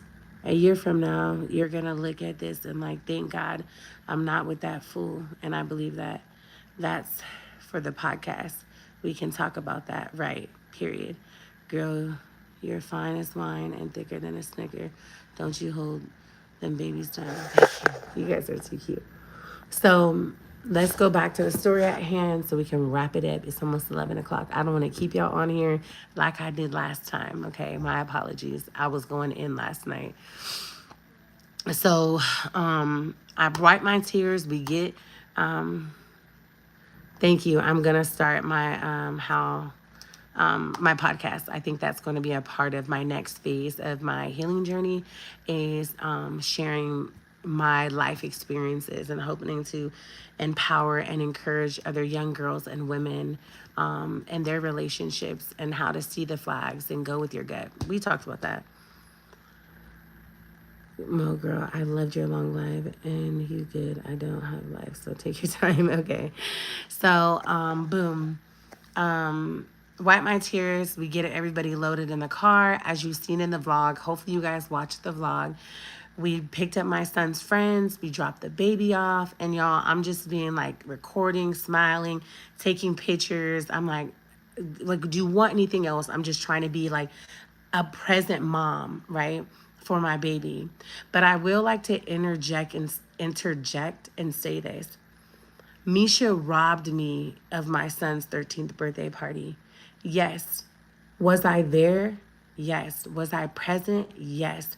Yes. Did I give my baby his party he wanted? Did I get him every gift he wanted? Did I pick up all his friends? They went to the movies. They had a pizza party. They went to the arcade. I mean, my son had a lovely time. But I will say this. She took the joy of my day. The day that my son turned 13, we'll never forget this day. My kids will never forget seeing me cry. My son will never forget saying, Mom, are you okay? Do you still want to do my party? She stole the bliss, the essence of enjoying that day, because my heart was so hurt that I had to put on a fake smile and push through for my son. And I think that is so fucked up. When you have raised this little boy since he was 3 years old, and for you not to consider it, that shit is so fucked up. You stole that from me, to having this beautiful day with my son. I'm never gonna get that day back. I can't redo that day. I can't start that day over. Me sitting in the garage crying in front of my 2-year-old son because I can't believe that I allowed her to play in my face not once but twice now. Not once but twice, break me down in the same month, 3 years later. This is the same month, you guys. The same month. Misha put me into premature labor 3 years ago on October 26th. My son was born a month early on Halloween.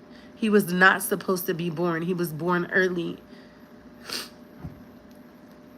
So, and that's on me. So you robbed me. You robbed me of that joy of the day, of just being present in the moment. And instead, I had to wear a mask for my child. I had to put on this smile that in the inside, I was crushed. And she took that from me. And that hurts because I didn't take one picture. I didn't take one picture with my son that day. Not one picture. I was just trying to get through the day and make sure that he was happy and he knew it wasn't about me and Misha and it was about him. Because he can't get that day back.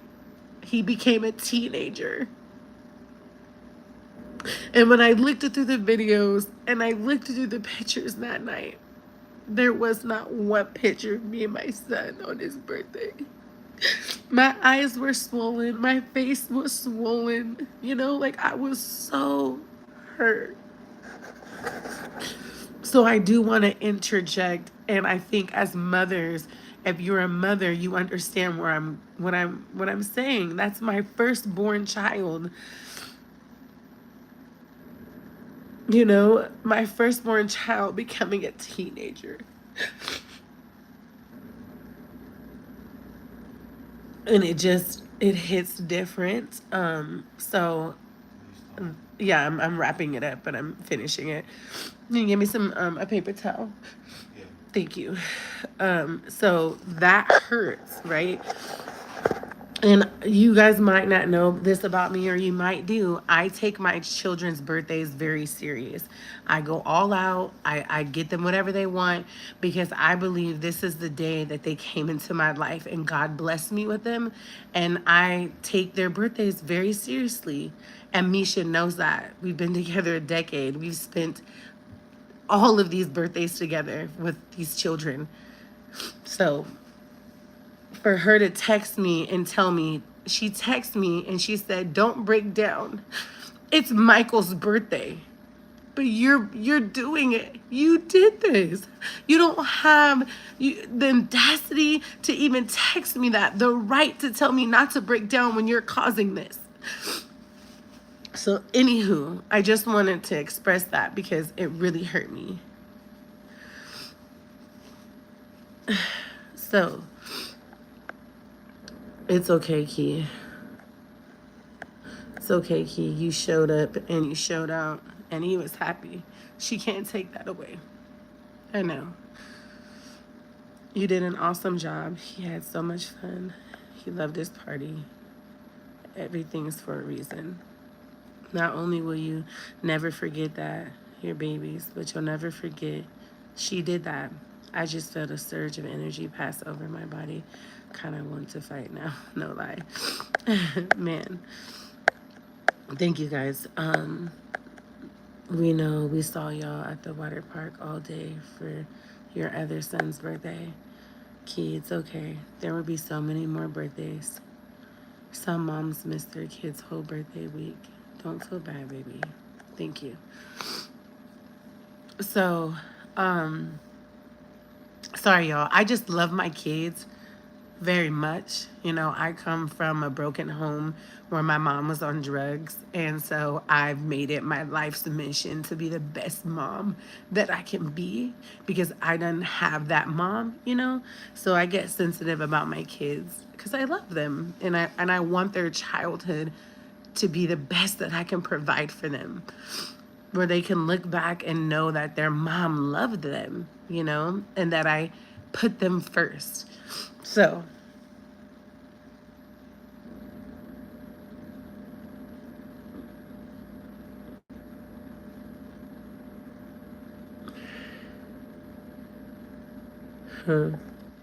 you fell out with her in October because God wanted you to understand she wasn't supposed to walk into each other's passing New Year with you. Wish her well. Your life depends on you loving you for a circle. Can you tell us what does the other girl say about all of this? She blocked me. After she sent that message that I read to you guys, she blocked me. We ain't even gonna talk about some mom's shitty parenting and birthdays because one in particular popped into my head. Moving on though, you held it together and you did what you had to do for your baby. Thank you. So we had the party, as you guys seen, and you know, my son was happy. My son is like an invert, so he's very shy. So he wasn't jumping up and down at the PlayStation, but it was the little grin. I know my son, he's just shy. He's not one of those. Sunny and Ellen are like, they would have been screaming and yelling around the room. They would have been like, oh my gosh, mom. But Michael's different. He's quiet, you know. He's just, you know, a different kind of kid. And I know him. And after he opened the gifts, he hugged me and he said, I love you, mom. Thank you for getting my PlayStation. Like, I got him exactly what he wanted. It just felt good, right?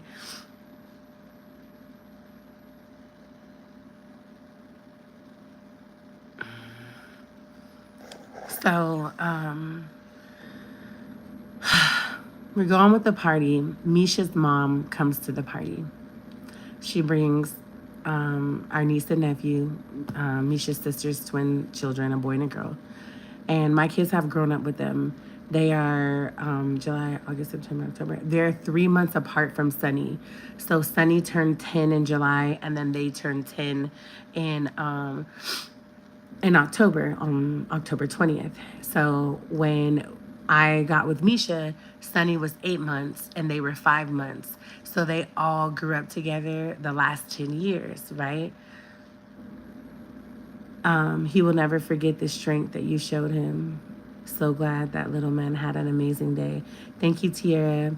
And I don't know why you're not a mod, Tiara. Let me make you a mod, girl. Add as a moderator. Y'all, welcome Tiara as a mod. Okay. So, yeah, and I think one day when he's older and he looks back at it, he'll, you know, when you grow up and you realize like your mom had the strength to get through that day when she was hurt, and not that he owes me anything. I just want them to know that they're always my number one and that they come first, regardless of how hurt I am or what I'm going through. So, we're having the birthday party. They go to the movies. They eat pizza, candy, Takis, cake, open gifts. It's awesome. My son is laughing and smiling the whole time, and that's what I just kept looking over at. Was he was just happy with his friends, and that's all that mattered to me. And Misha's mom did come, like I said, at the end of the party. I hadn't talked to Misha's mom or seen her since the last gathering we were together with, and I can't. My son's birthday, Sunny's birthday. All of Misha's family always comes to the kids' birthday. So they did come to the Island Water Park. Misha's mom, the niece and nephew, the brother, and his children, they all came. So that was the last time that I had seen Misha's mom, was on Sunny's birthday, which was July 7th. So she comes, the kids, I'm cleaning up the party at this time. We have 2 hours in the little party room. They're playing in the arcade and outside. They're living their best life. So I'm like, y'all go outside, go in the arcade, and I'm packing everything up, all my decorations and unboxing the pizza, right? Good night, brother. So I'm boxing and taking everything, and me and Misha's mom were just talking. We're going back and forth, having conversation, and I felt led to say this to her. I told her, hey, you know, this is my mother-in-law. I said, me and Misha are going to get ready to go through an ugly divorce, and I want you to hear it from my mouth that I'm not going to take the kids from you. You have nothing to do with this situation. My kids adore Misha's mom. And like I told you, we had our misunderstandings and our mishaps 3 years ago, but we worked through it. And Misha had a lot to do with that in a negative way, from her manipulation and her lying, right, to her mother. And we were able to work through it and see through it, right, which was great. And She was like, thank you. She shed a couple tears. She was like, I love your children. And this is a woman that actually puts actions behind her love. And I can say wholeheartedly, besides, out of 10 years of the entire marriage, that was the first time we ever bumped heads or had a disagreement. And it wasn't because of me and her feelings. It was because of me and Misha's, situation. And I think I'm mature enough to understand that, you know, parents, it gets messy, it gets difficult. We worked through it, period, point blank. So I'm having this conversation with Misha's mom. The kids are not in the room. It's just me and her, and my brother's coming in and out of the room. My brother Michael was at the birthday party, right? He was helping me. Shout out to my brother Michael for holding his big sis down, period. So, she was like, okay, and thank you. And we had a little kumbaya moment. And,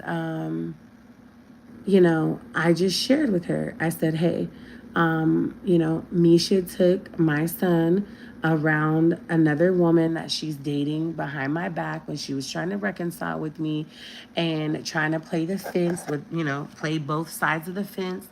And I said, I felt very disrespected. I didn't appreciate that. So I just want to let you know that whatever it looks like, you are still invited to the kids' birthday parties. And you can see come to my house and see the kids, yada, yada. And she knows her daughter is about to lose the best thing that ever happened to her. But any couldn't control her child. It would never co-sign that behavior, not even for my children. Not you again, boo-hoo. Boo-hoo. Okay. Thank you, Tiffany. Tiffany's on it. Very demure of you, Key. Yes, very considerate, very mature, right? It's not giving Olivia behavior, right? It's giving, I'm a mature, demure, considerate, cutesy woman who can handle uncomfortable conversations, who can talk and talk it out and not allow our feelings to navigate the conversation, right? It was very demure. Thank you for that, girl. Bye. Okay, it was. So I let her know. She said, huh, what do you mean Misha took the baby around another girl? And I was like, yeah, she has a whole girlfriend. She posted her on her TikTok today. And the mom is giving me, I need y'all to stay with me, please. My people, y'all know who you are. It's about 50 of you. We're locked in. Y'all are commenting. I need y'all to stay here with me, please. Okay, it's very important that we stay right here. And the next thing that I'm about to say, she was like, a girl, like looking at me completely puzzled, completely. And I'm looking at her and I'm like, in my mind, I'm like, oh, she don't know. She was like, what do you mean? And I was like, yeah, she was supposed to be at Fee's house, which is Misha's sister's. I said, but she took my son to the girlfriend's house. And I said, and how I know before I knew today, because the girl told me, was when I went home and I, took Elmisa's diaper bag, apart, there was purple pull-ups in there, right? Well, hold on, because I need y'all to stay here with me because it's going to take a little whoop whoop and a little turn. And y'all are finna be like, you're lying. Stay with me, okay? Because the tea is coming. Somebody put the little teacup in the chat. The little teacup, put that emoji in there. Because the tea is finna be spiking hot. I don't know how you say it. But it's finna be real hot tea, okay? So she was like, huh? Thank you, Tiffany. Not too much.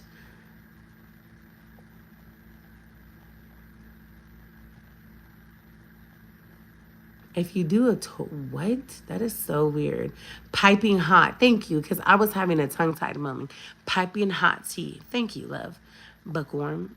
So I'm like, yeah, you didn't know? She was like, she's looking at me with a puzzled face, like, and she says this, hear me out. I want y'all to pay close attention to this. Misha hasn't brought nobody around. I want you to hide. Somebody put that in the chat. Misha hasn't brought nobody around us. Put that in the chat. It's very important that somebody types that in the chat because we're gonna come right back to that statement. She said, Misha hasn't brought nobody around us. We didn't know.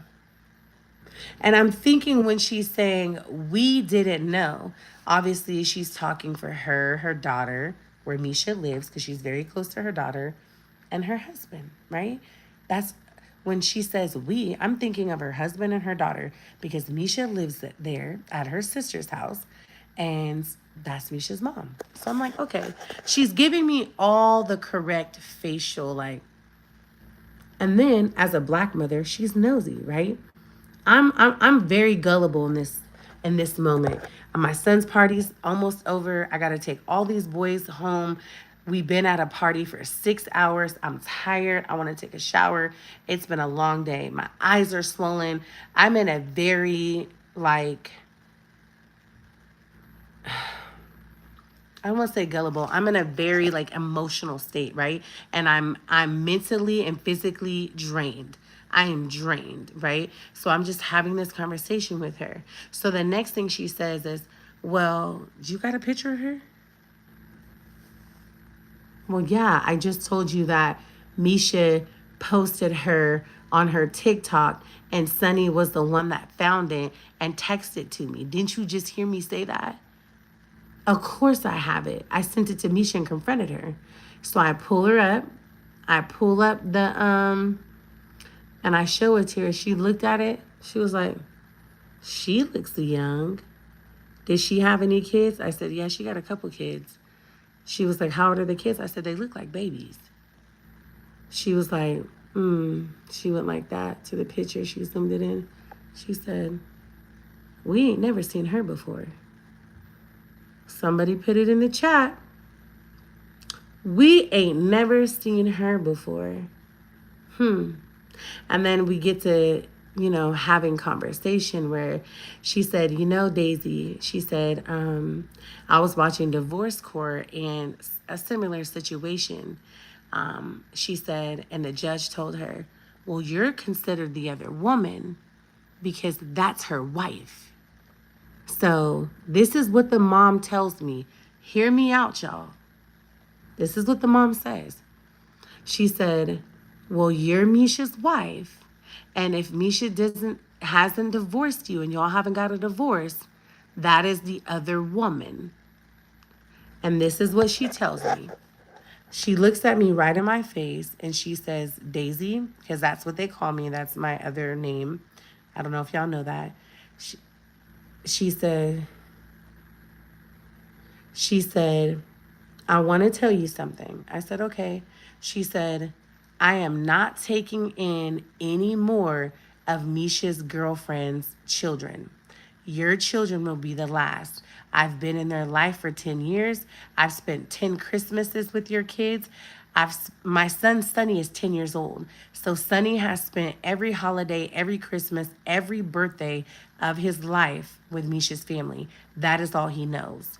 Ellen was 2 and little Mike was 3. A decade. She said, I love them as if they were my own grandchildren. And I can contest that she's never treated my kids like they were step grandchildren, step kids. She has always treated and loved them, gifts, money, love, like affection to my children in my face from day one as if they were her biological grandchildren. And that's me as a grown woman putting my feelings aside. Whatever me and Misha got going on, that woman, I can say, has loved my children. I can say that. But hold on.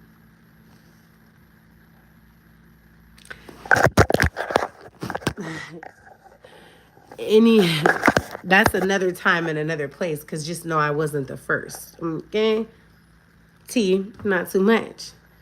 So I'm like, okay. So she says, your kids and you are invited to holidays. She's telling me what they're doing for Thanksgiving. The kids are more than welcome to come. I'm more than welcome to come. This is what her mother's telling me. Okay. I hear her. I said, thank you, Jackie. I really appreciate that. Thank you. Right? We did that conversation. The kids are coming in and out. Now we're packing, like carrying the boxes out to leave. It's over. I hug her. I tell her, thank you so much for coming. Thank you for being here for little Mike's 13th birthday. Hug my little niece and nephew. And they leave. Of course, in my mind, I'm thinking you lied before.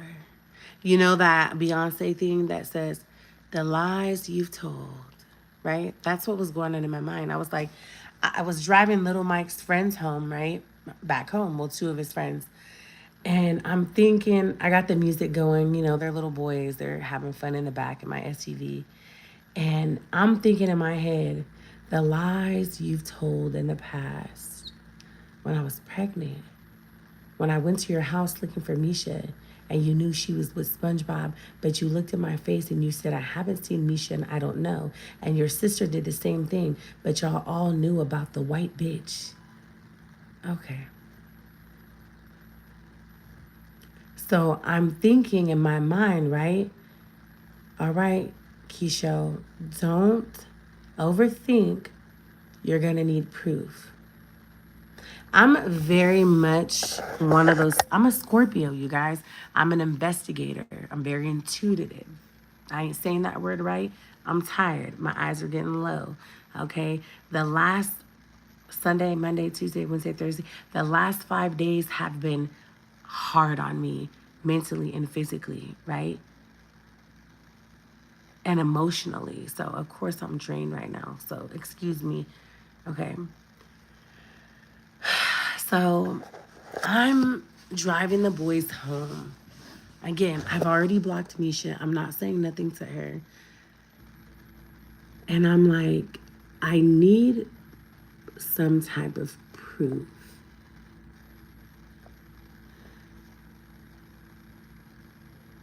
I needed some proof, y'all. I needed to know if they knew about this girl. Because remember, I'm dropping the baby off over there with Misha at the sisters. I'm talking to the sister. I'm smiling her face.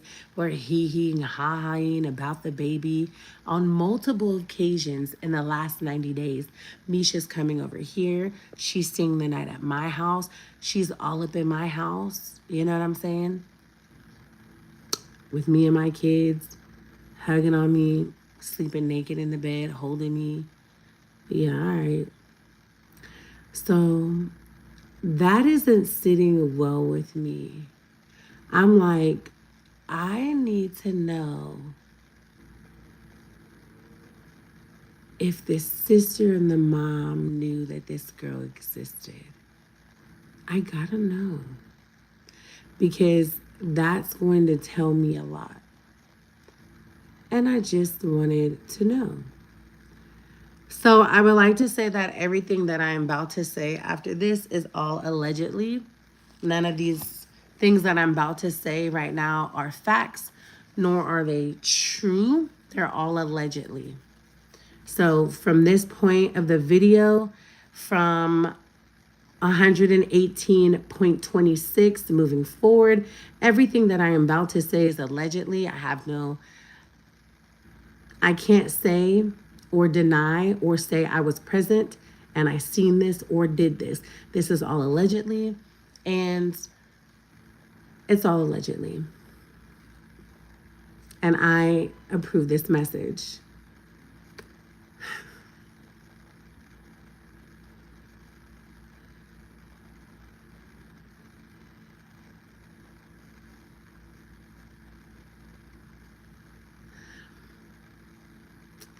What I'm about to say moving forward, I have to say allegedly, obviously. Come on now. I'm about to spill some piping hot tea. So I got to be careful, right? I got to tread lightly. Here comes Monday. Monday, It's hard. Okay, Monday, it is really hard. Get through it. Here comes Tuesday. All day Tuesday, I have this feeling something is telling me that they're together. And if I look a little bit, I will find the answers that I'm trying to seek or that I'm trying to get clarity on and peace. And I'm at work, I'm taking care of my grandmother, take her to the grocery store, drive her around all the places she wants to go. As you know, I take care of my grandma, I'm her care provider, and I'm a birthing doula and a birth justice advocate. I work 2 different jobs, right? Both in the community and taking care of others, though. So I'm doing that, and my mind is like going. You know, when your mind and your gut is trying to line up and say, go and do this, go here, and you will get the truth.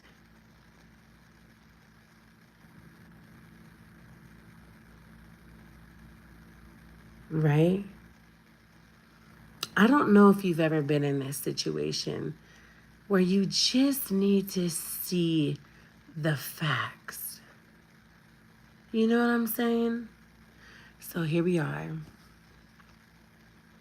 by myself, after I situate everybody and everything, allegedly, possibly, maybe, I don't know.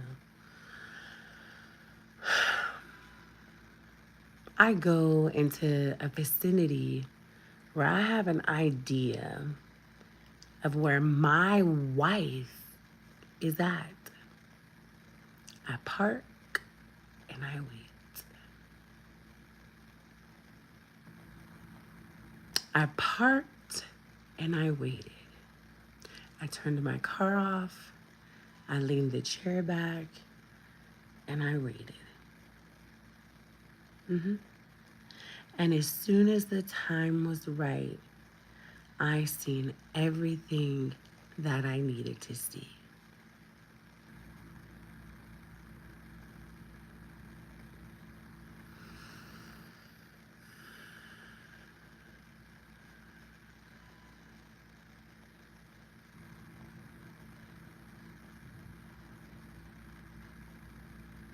Put a 1 in the chat. Thank you that I have really great teeth. Somebody said, thank you. That was really nice and a really nice face. I take pride in my teeth. Thank you. I try to take care of them. Thank you. Put a 1 in the chat. I just want to make sure you guys are here. I want to make sure we're here together. Put a 1 in the chat if y'all want to know what I see. All right, keep them coming. Am I okay? I'm trying to be. Thank you for asking. All right, keep them coming. There's a lot of people in here. 213 people are in here. Put a 1 in the chat. All right, keep them coming. What do I see? What do I see? I see the girl that was holding my wife of 10 years in the picture walk out of her sister's house. Walk out of my sister-in-law's house to her vehicle. Then I see my wife walk out after her, hug and kiss her at the car.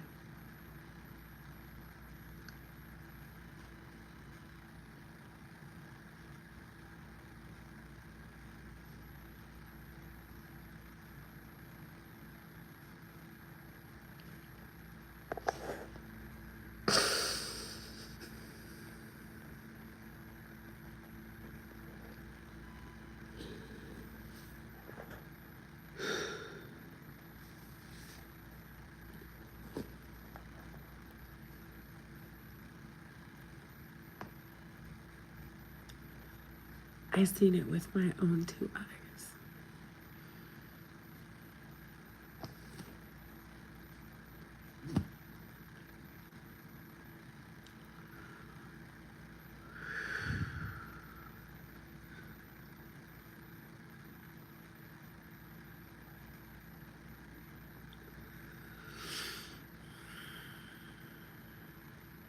Yep.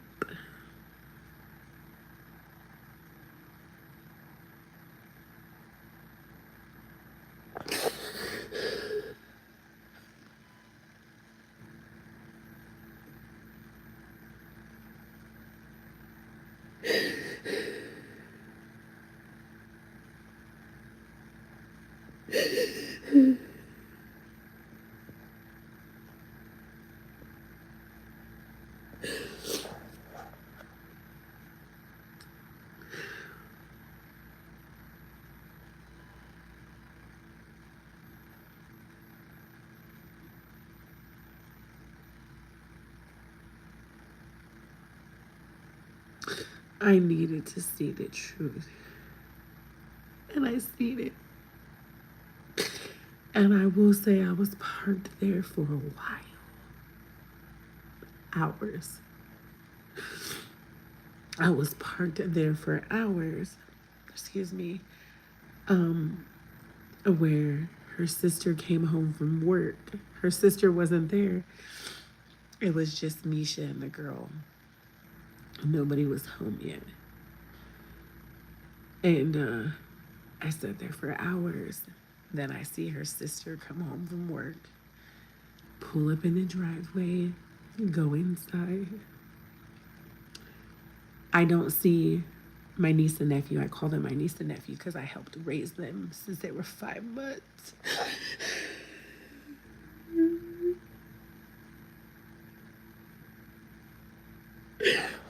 I don't see my sister-in-law's twin son and daughter get out the car.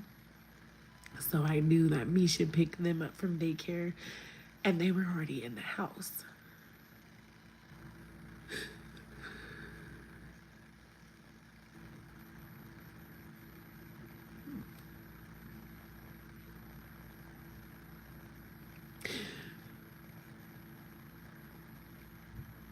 And all I kept thinking, right, as I'm sitting there parked down the street, I'm sitting there, I'm thinking, this girl is gonna leave before my sister-in-law gets home. She's gonna leave because my mother-in-law just told me on Sunday that they had no idea about this girl. They never met her and never seen her.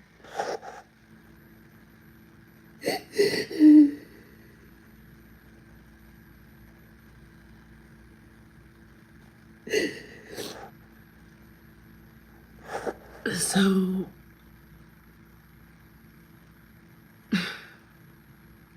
when I seen my sister-in-law pull up in her car and go inside, still nobody came outside for a whole hour after I had sat there.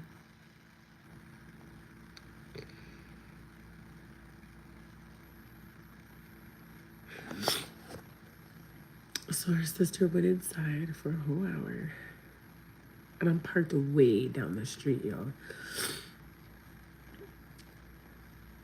But where I can still see everything transpire.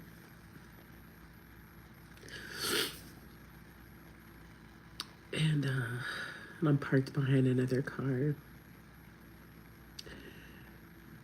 And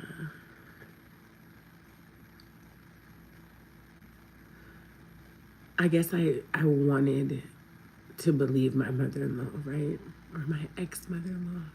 I wanted to believe her. I wanted to believe that she wasn't lying in my face, not at her 60-something-year-old age, you know, not at that age, you know. And I was sitting there and I kept telling myself, okay, this girl's gonna leave before my sister-in-law gets home from work. Because she's about to get home from work in 30 minutes. Nope.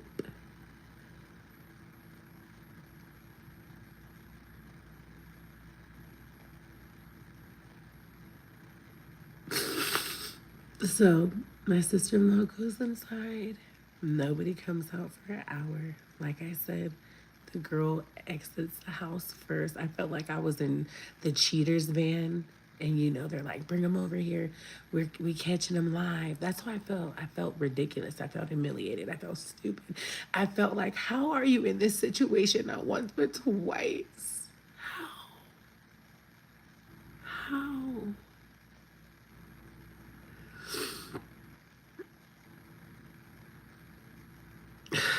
And when I seen my wife come outside and stand at this girl's bucket ass bullshit SUV, looks like she fucking got it from Pick Apart, and it was $1,000.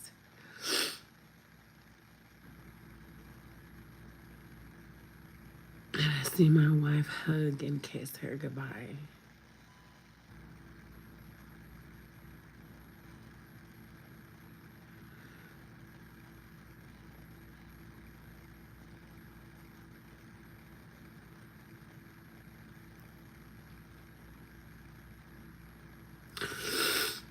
So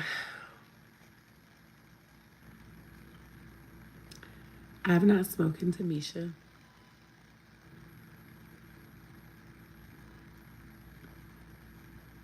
and I will not. And I promised my children, myself, and the people that love me, I have nothing to say to her, and I will never speak to her again in life. Any communication that needs to happen will be through a third party. I have nothing to say. You will never, ever have access to my children, to me. You are dead to us. It didn't have to be this way. You didn't have to hurt me like this. You didn't have to gaslight me. You didn't have to manipulate me.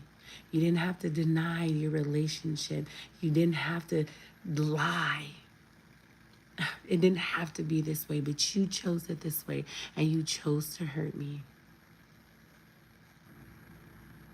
You made a conscious decision to not take accountability and tell me the truth. But instead, it all blew up in your face. So the relationship that you just started is built off of lies. You're already gaslighting this girl. You're already manipulating her. You've already filled her up with all of these lies. Your foundation on your new relationship is built off manipulation and lies already, because you did not openly tell her the truth about your situation with me. You lied to her from the start, from the beginning, whenever that was, whenever it started.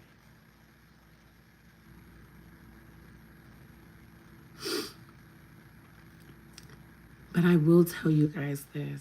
Yes, am I hurt? Absolutely.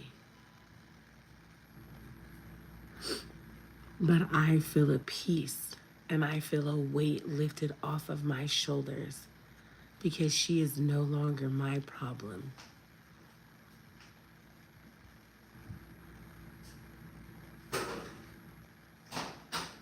She is no longer my problem. She is no longer my burden. She can no longer hurt me. She can no longer gaslight me. She can no longer borrow money from me every single week. She can no longer tell me I'm hungry. Can you send me $40? She can no longer, when she bought that Mazda, she bought a black SUV Mazda. When she bought that Mazda, you guys, I told you how she didn't tell me, but she left my house that morning and said she was going to do something really big for herself.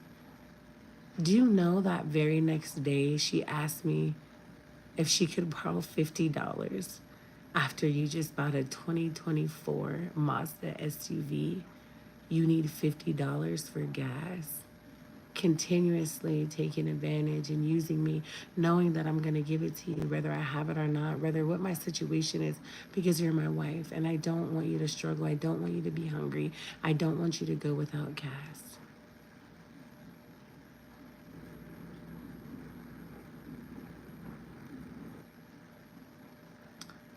I had a weight on my heart and gut and conscience that entire day on Tuesday, and I went with it. I felt it. Something was nudging me to go, and I did. And when I drove off, I was hurt. I was crying, but I felt this peace of, you can't blame me. I, I didn't do anything. You chose to hurt me because you didn't choose to tell me the truth. Yes, the truth hurts, but a lie will always hurt worse. Always hurt worse. And I seen everything that I needed to see. The next day, she goes to my grandma's house on Wednesday morning. I believe this could have been Monday and Tuesday and Wednesday. Don't quote me, okay? It's been a long week, okay? Don't quote me on the days, but it happened this week, okay? The following day, she went to my grandma's, which was Wednesday. I have the right timeline because the kids get out early release. She goes to my grandma's first thing in the morning. She doesn't take my key. She doesn't take my key. She goes to my grandma's to see if I'm there. Because, of course, seen my social media. She's seen the hickeys. She's seen I got my lick back and did, and did, and did, sure did. And I don't feel bad about it. And I don't feel nothing about it. No, sure don't. She thought I was going to be at my grandma's because, like I told you guys, I take care of my grandma too. So she was at my grandma's door first thing in the morning. She brought some paper that was irrelevant, that I didn't even need. That was her paper. And she wrote a damn letter in the paper, gave it to my grandma, threatened my grandma, telling me if I don't stop what I'm doing, CPS is going to get involved. And she said, I'm not going to be the one to call him, but somebody else is. So you better tell your granddaughter to stop. And my grandma's a white old lady, right? And my grandma looked at that. My grandma's telling me what Misha said, right? My grandma said, I looked at Misha and I said, I don't play about my granddaughter or my grandchildren. And my grandma was talking to her through the screen door. You know, my grandma didn't open the door and let her in. She was talking. My grandma was in the inside of her house and Misha was standing at the screen door. And my grandma said, she told Misha, move on with your life and have a great life and leave my granddaughter alone. And my grandma said she slammed the door in her face. That was Wednesday morning.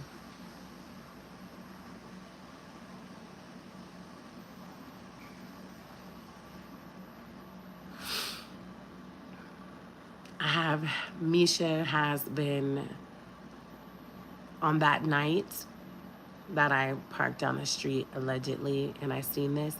She called me over 30 something times, private, blocked. She's called me today, private, blocked, haven't answered, and I won't. I'm done. I promised myself on my son's birthday when I was on my garage floor crying, before I got up off the floor to come inside and take a shower, I promised myself, don't give her the satisfaction. I can't even talk right now. Don't give it to her to let her hear your voice.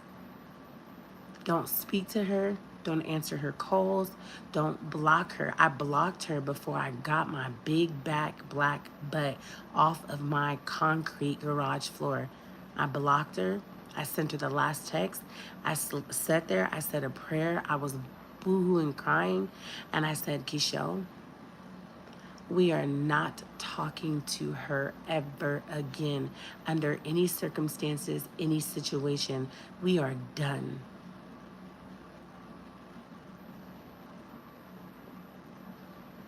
And I've been standing on business. Period, point blank. I don't care how many times she wants to call block. I don't care how many. And I think she did the threatening with the CPS thing because I'm on social media with it and she's being exposed. You know, so her co-workers can see this, her boss can see this, you know, because she works for a professional company, TWI, you know. So, and they follow me on social media, and they follow me, and they know my Instagram, they know my Facebook.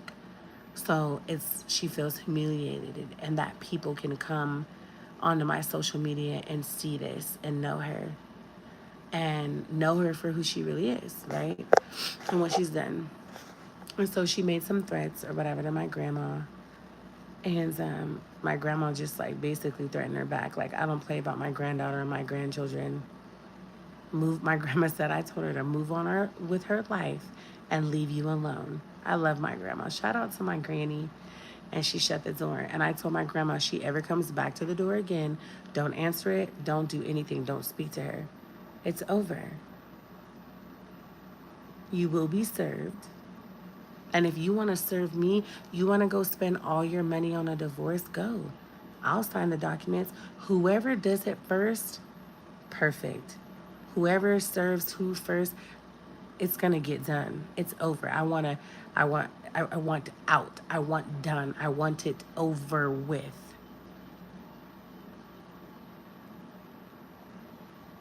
Okay? So that is part two.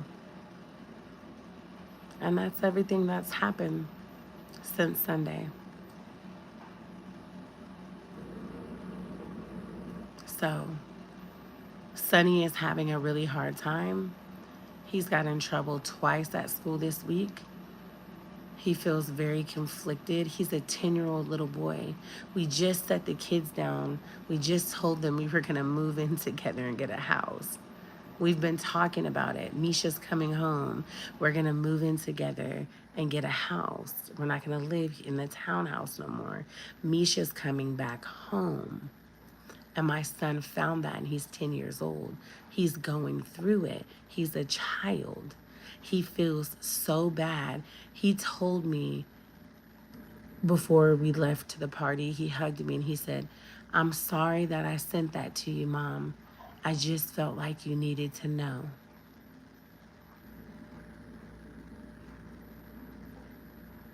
My 10-year-old baby. He's a baby. He's in the 5th grade. He's a little boy. So, before I end the live, I want to read some of the comments. So let's go back and read the comments. See what you guys have to say. I want to hear your guys' feedback, your encouragement, your opinion. I want to hear it all. That's the whole point of the dialogue that we're having together.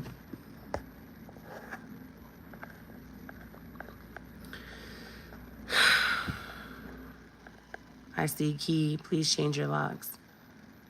Bring your grandma into it. Oh, she definitely need, yeah, I know. Grandma don't play. Don't be with someone if they can't be loyal. That's gross. People need to take care of their damn mental health. Stay single for a couple years. I'ma try to. Period. You want her, and that's the big difference. Misha knows being with you means that she has to get her shit together. With this young girl, it's more of survival versus elevation. Oh, and I know that, sis, and that's a fact. With me, she has to grow. She has to be better. She has to get help. She can't be an alcoholic. I'm not going to accept all of her bullshit. But a narcissist will always run to somebody younger that they can manipulate and control. God knew that is what you needed to be true, done. She was using you financially, clearly. That was the Holy Spirit. I believe so. She's only with the girl because Misha knows she can control and manipulate this girl. This girl needs Misha, and Misha sounds like the type that needs to feel needed. Misha knows you don't need her. I'm excited to see God's redeem your time.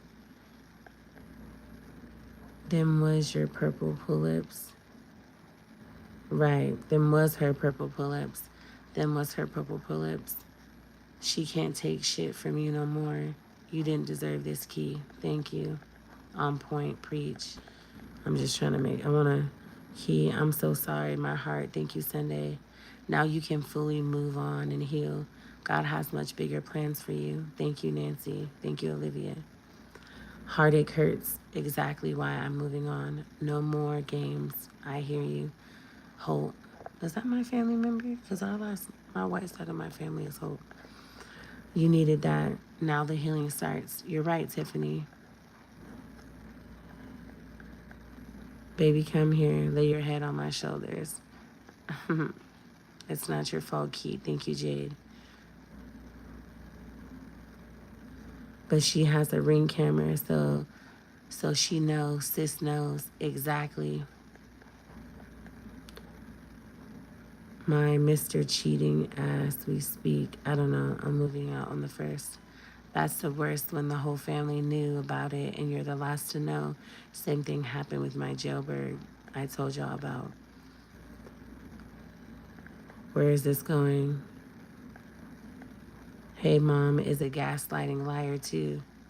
This is where Misha learned it from. We can have revenge. Nookie, that's a huge punch in the gut. I know how it feels, and I'm sorry. It's okay, Key. Allow yourself to feel. You need to sit in it for a minute so you can heal properly. And I want to speak on that, D, for a minute. I believe that wholeheartedly. I do need to sit in this for a minute. I can't just pick up and be like, it's okay, and let's keep going forward. I do need to sit in this for a minute. I do need to cry. I do need to scream. I invested 10 years of not just my life, but my children's life and her family's life, combined it together, memories, all of these things, just to be spit back in my face because she couldn't be a grown woman and own up to her shit. And it all came crashing in her face. And it hurt me and my children while she's over there with her family and they know about the girl. So you're completely right, D. I need to sit in this. I need to feel it so I never go back. There's no need to ever have any communication. That's why she was showing out and was, what a liar. Why asked to see the picture? Exactly. Be strong, sister. We love you. I love you too. I needed to see the truth. You got this. Thank y'all. All right, let's go back. That was all at the top. That's the worst when the whole family knows. Okay, beautiful. I just want to I want y'all to know that I appreciate your comments. So I do want to read them. I do want to let y'all know I'm here. We locked in, okay? Heartache hurts. Exactly why I'm moving on. Okay. Period. Hallelujah. Preach on point. Okay. She's only with that girl. Okay. Don't be with someone if they can't be loyal as you should. Do once, it's too late. So why? You're going to do this and my grandma, intimidate my grandma, and you need to change your locks. And I will. They don't have the mental capacity to be loyal. You deserve someone smarter. She better find something safe to do. Yes, ma'am. Period. Keep it like that. I still need to change the. Oh, yeah, I am changing locks. Okay, well, she shouldn't have been a POS. Good. Shout out to grandma. Right, you did that. She messed up the children, and she did. Therapy is needed. Yes, I already see a therapist for my brother allegedly killing my stepfather, but now I will be seeing a therapist as I navigate this divorce because I don't want to bleed on my children and I want to be healed, happy, and healthy. And I know I'm an advocate for mental health and therapy. Like, yes, it's so much, it's needed, and I'm not going to act like it's not. Just remember, beautiful lady, how you get them is how you lose them. The cheating will continue. Thank the other woman for taking the trash out of your house. In due time, this too shall pass. Thank you. Bro, ridiculous. You did that, pissy. He did the right thing by looking out for his mom. He did. That's crazy. A narcissist is someone who demands you give up everything in order to be their nothing. It's going to be okay, Key. God is going to work it out for your good. And I hope he heals this. She's desperate, protective odor for sure. Hey, beautiful. You go, girl. You're way too good for her. Don't cry over her. No more. fucking up part is that she has low enough to lie to them poor kids. That shows how trashy she really is, and let the little hello so consciously rewrite at dawn, period. I said above, I believe she was in that house when she was acting a fool at her sis' house. And that's why she didn't let me in the door, huh? I believe that too, Sunday. Dang, Sunday. She probably was. That's why she was acting so crazy. Hi from New York. You've got to process all of this. And I know. I know. That's why she wouldn't let her in when she gave her the baby. Damn. That's even more fucked up. Wow. I tell you, we all have a lot in common. My girl left me for a younger girl also. I think the therapy content was regarding Sonny. Oh, yeah, for sure. Yeah. This is a form of therapy. Well, it is for me. For me, too. The most loving thing that you can do as a mother is to never go back and show your kids that it's okay to stay in an abusive relationship, and they will repeat the cycle. You're right. And I won't. After I lost the father of my child died, I felt a huge rage of emotions. Something with this situation. Pen and pen, grief is grief, no matter what it's caused it. You can do this. You will heal. We love you so much, girl. Thank you. I love you guys too. Don't let it ruin your kids' lives after all your hard work to raise them going down the drain. I won't. And we are here for you.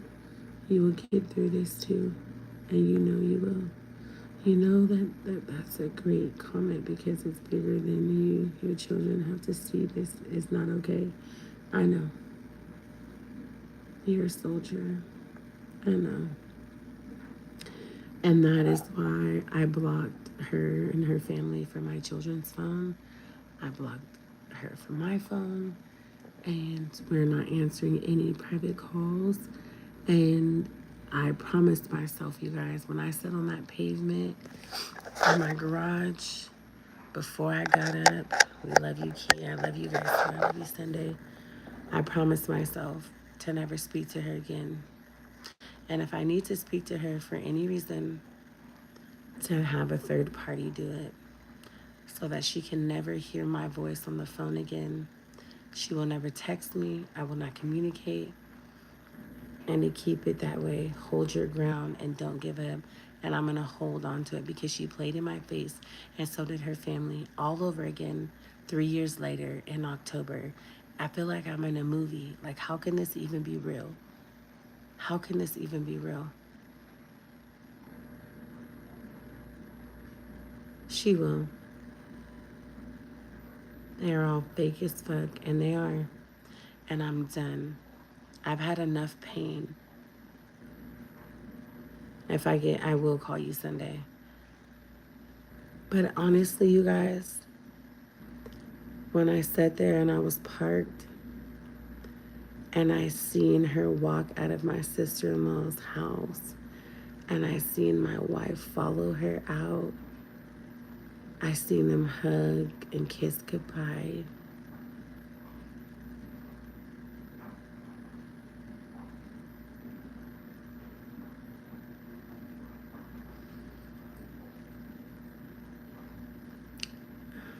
It hurt me to pieces. It did. I'm not gonna act like it didn't. But it also released me. It released me. This all blew up in your face. Like I said, I don't believe Misha posted that picture. I believe Misha and the girl were together that night. And I wholeheartedly believe that girl posted that picture on Misha's TikTok. I believe that. I believe that's what happened. and it blew up all in Misha's face. And instead of her being truthful and taking accountability, she gaslighted me, she manipulated me, she tried to pretend and say, I'm not in a relationship, I was drunk. And then she flipped the script on me and told me to leave the girl alone. Why am I harassing her TikTok? Everything came out. And the last thing that I needed to see to allow me to never speak to her again, never, ever, ever speak to her again.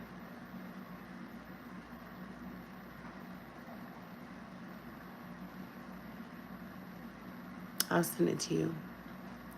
Sunday is when I seen her walk out of my sister-in-law's house. When I sat out there and I kept thinking, she has to leave before my sister-in-law gets home from work. Because remember, nobody knows about her. Nobody's ever seen her before. So clearly Misha has her over here, and this girl has to exit her house before her sister pulls up. Her sister pulled up, went in the house. She didn't exit for an hour.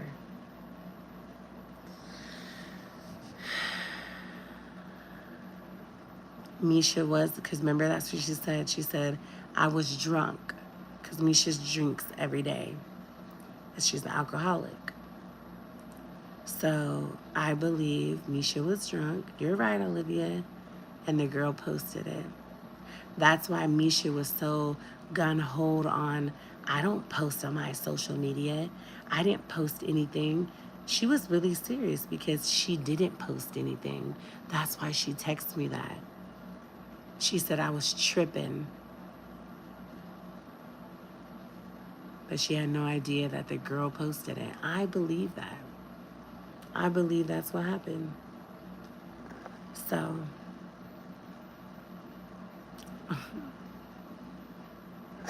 right. There was truth in her response. Absolutely. Absolutely. They're weird as hell because best believe when my siblings are dogging someone else, I know right is right and wrong is wrong. I will call them and call them on it and their shit, and they never bring no side around me, right? I believe that too. That's what the devil does, manipulates the truth. Ooh, Sunday, preach it. Mm-hmm. Misha was probably too drunk to realize it. So, be mindful that healing is a journey, not a destination. Ooh, Diamond, I say, Diamond in the rough, that is my slogan. I say that all the time. And you're right. Be mindful that healing is a journey, not a destination. You'll have days you feel strong and days you feel defeated. You'll miss her and hate her all at once.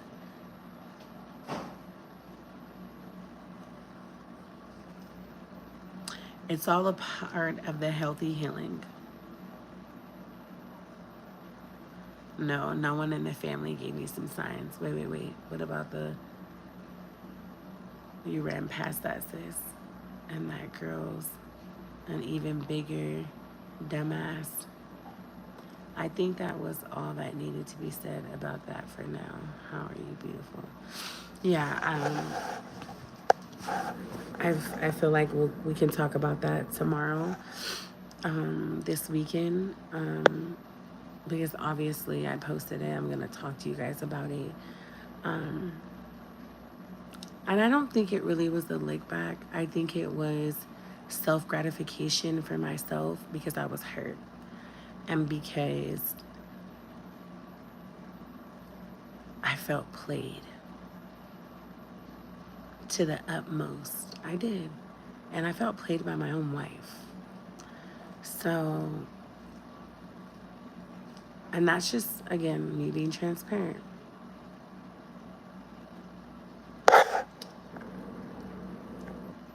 When people show you who they are, believe them. She showed you her true colors.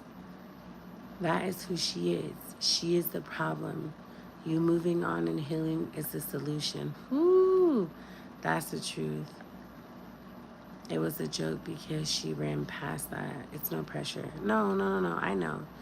Um, we love you so much. I love you too. In your time.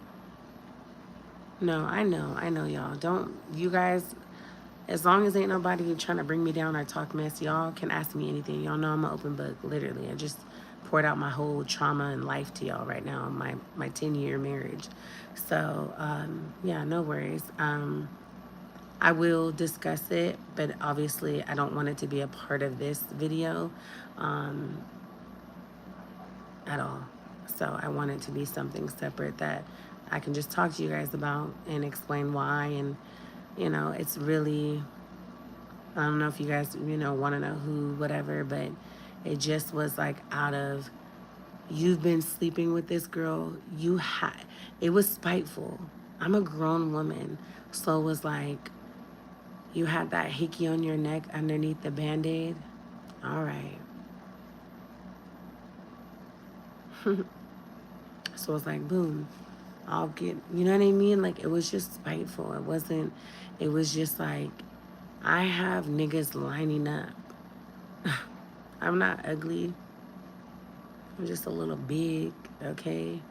But these roles ain't never stopped nothing, okay? So, I don't know. It was a little spiteful. It was a little get back. It was a little, I'm hurt, comfort me in this moment. We're all grown here. Kia, unfortunately, she kept you around for your money, a home, and help with her job. And she just, in case it didn't work out with that girl, she still has you. This is why you didn't. This is why she didn't let you go. You're probably right, Linda. The pink diapers were likely placed in the diaper bag intentionally. How cruel is that? Karma does not forget addresses. Absolutely, we do that. You are literally the only one on this app that when I talk to you, it feels like family. You're an amazing person, boo. Good things will come to you. She was just a season and a lesson learned. You're right. Time for divorce. It's only up from here. That's right, Tiffany. And thank you, Dee, for that. I'm happy that you feel that way in our community and here with me. I'm glad that I give that energy off to you because that's important. I mean, you guys are sitting here listening to me basically trauma dump, and you're holding space for me to vent, and I'm grateful. And hopefully somebody's encouraged by this. Hopefully somebody's empowered by this. Hopefully somebody is going through this in the bushes. Well, not going through it, but if you are and you're in the bushes, you feel a little encouraged, like you can get through it too, that there's light at the end of the tunnel. I'm not just doing this to bash somebody or drag them. As you can see, if I wanted to drag her, there's so much more I could have said. I could have really been in this camera going crazy, but I wanted to share. Y'all have been here since me and Misha first separated. I have shared everything, and that's my choice. Time for divorce. Oh, yeah. Can y'all stay right here? Because I want to show y'all something real quick. Did she ever say why the Band-Aid was on her neck? No, she kept the lie. It was eczema. Like my grandma says, baby, save the bare bones for the dogs, but put some jam on those rolls and eat them up, period. I'm encouraged. Thank you. You know, you're encouraging me. I live vicariously through you. You're so amazing, Key. Thank you. All right, y'all hold on right quick. I want to show you how serious I am about something. Just hold on. I'm going to go grab it from my room. Leave y'all on the couch.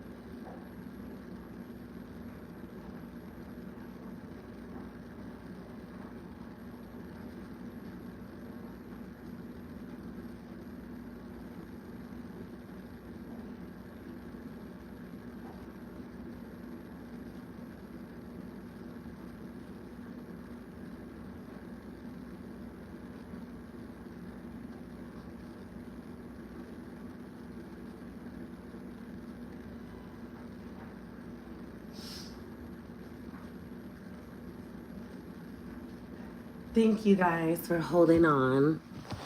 I'm gonna show you guys. Cause I know, you know,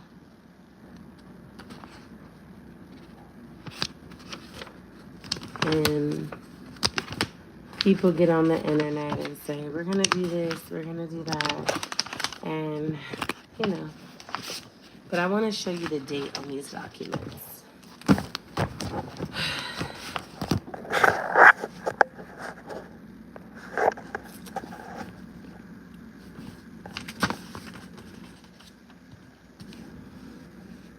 If you look at the date,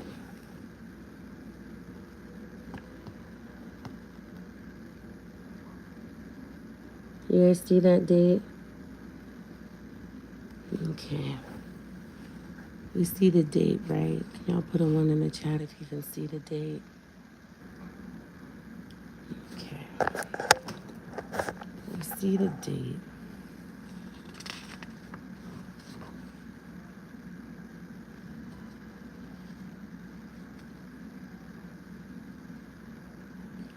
We see the date.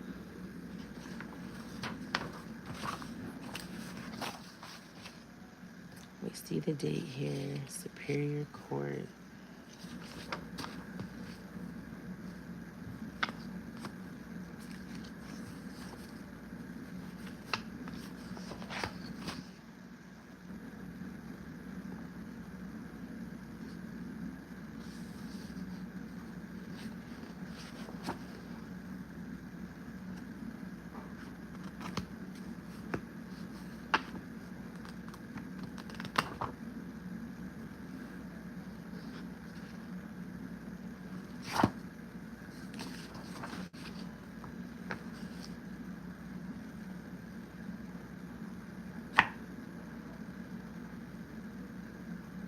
I got these documents. I went up there and I paid for them.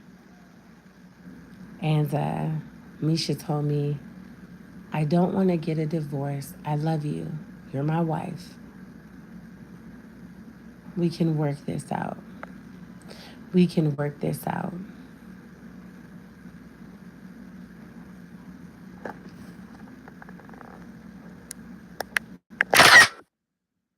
Through arbitration? Okay. Why that? Can you explain? So,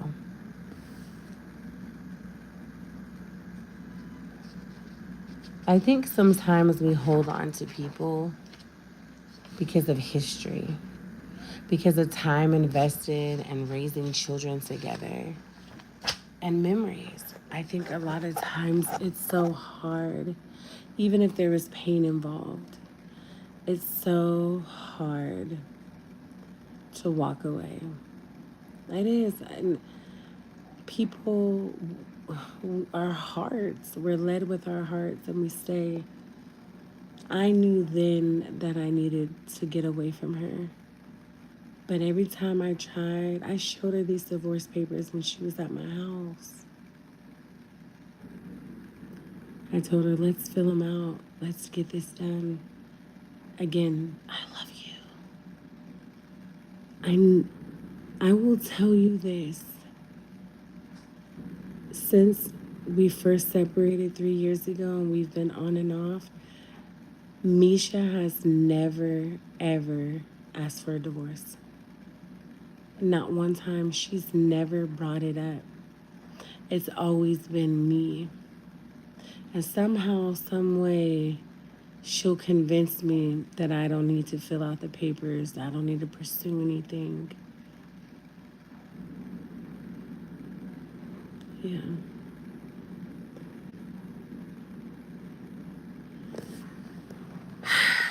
So,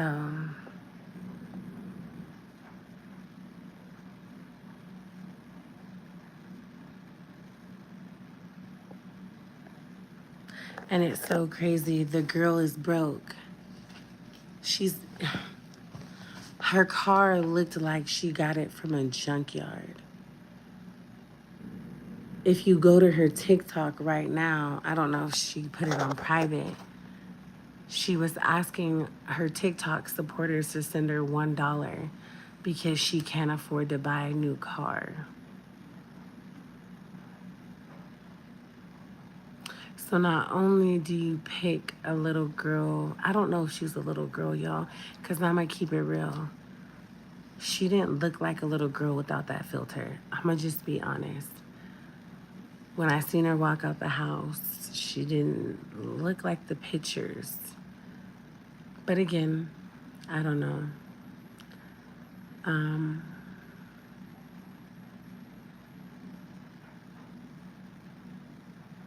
Yeah.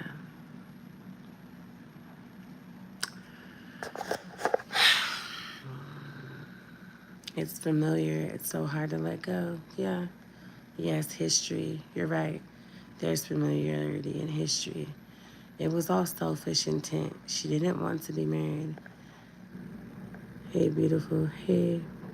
Site's not going to. You supported her. Well, it's time now. It's hard. I'm told the same thing about my husband. She wants to do what she wants to do, but string you along too. Facts.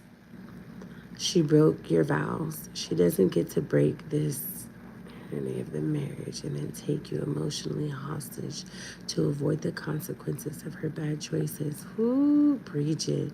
Because the money train will stop if you would have got the divorce. It's not this bad, but I'm told he will never want to divorce me. I upgraded him. Mentally, she's a child. She is. She may be young, but aging like milk. I can't with y'all. So, I have the documents, and this will be my number one priority next week. I've took a little bit of time off from work to get all of these filed and submitted to the courts next week. I'm done. And I'm going to drop one more video, not live, but just a video. I'm not sure really what I'm going to talk about in it yet, but I want to close this.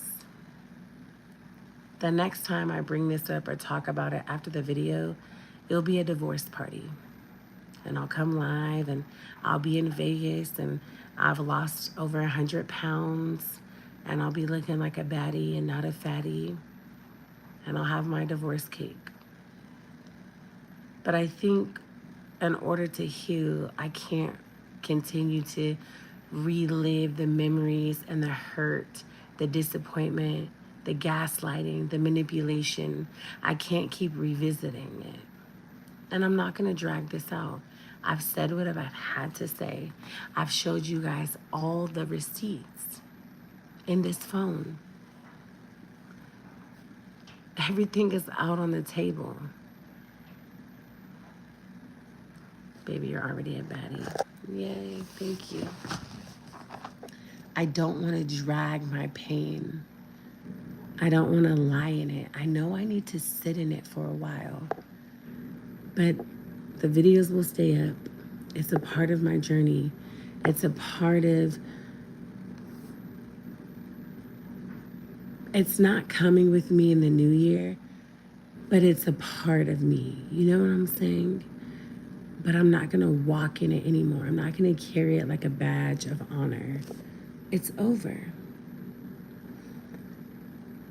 Misha chose her bed, and now she has to lay in it. Now she has to lay in it. And I don't want to give her the satisfaction of me continuously talking about it, where she feels like I'm just so stuck on it and so hurt. No, baby. I'm going to continue to be great and move forward. Go to therapy. Make sure my kids need any hope that they need, they get it. And we move on and heal. And yes, I will be getting the documents tomorrow to change my son's name. Because as you guys know, my son is named after her. I will be changing his name. So I have two really big transitions I'm about to go through with a legal separation and a divorce and changing my son's name. But I believe that it's a part of the healing, it's a part of the process, and it's a part of me moving forward and not looking back. Yes, he has my maiden last name. He doesn't have, I never gave him Misha's name ever because she left me in the hospital to give birth alone. But she did give him his first name and his middle name. His first name is Alamis. Her name is Alamisha. And she gave him his middle name, Josiah. So I'm removing his middle name, his second middle name. He has two middle names, but that one I gave him.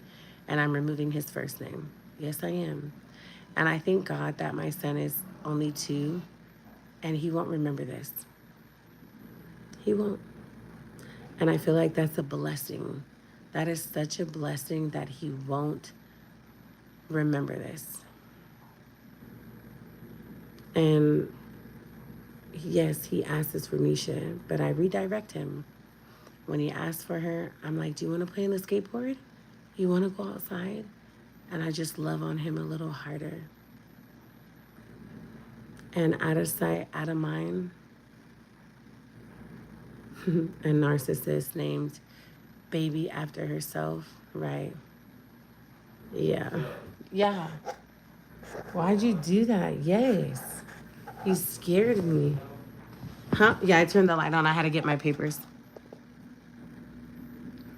In time, he will forget, right? Because out of sight, out of mind. He doesn't see her. We don't bring her up. She'll slowly fade into the background. So,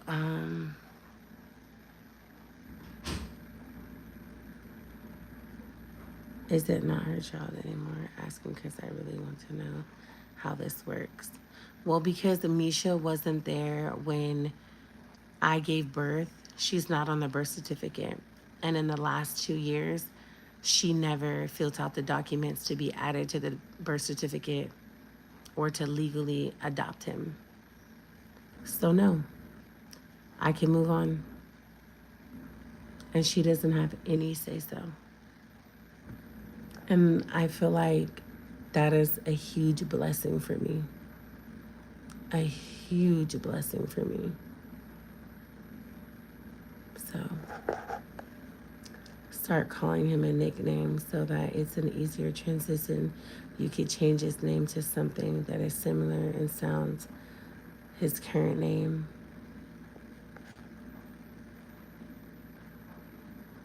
That worked out in your favor. Yep. It's a huge blessing. Yeah. Yeah, we already have his name. Have you guys seen that movie, It Ends With Us?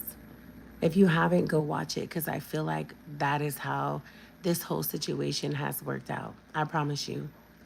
Go watch it and then think about all the conversations that I've had with you guys from the last time when I gave birth alone and from this time. I feel so connected to that movie. It Ends With Us in so many levels.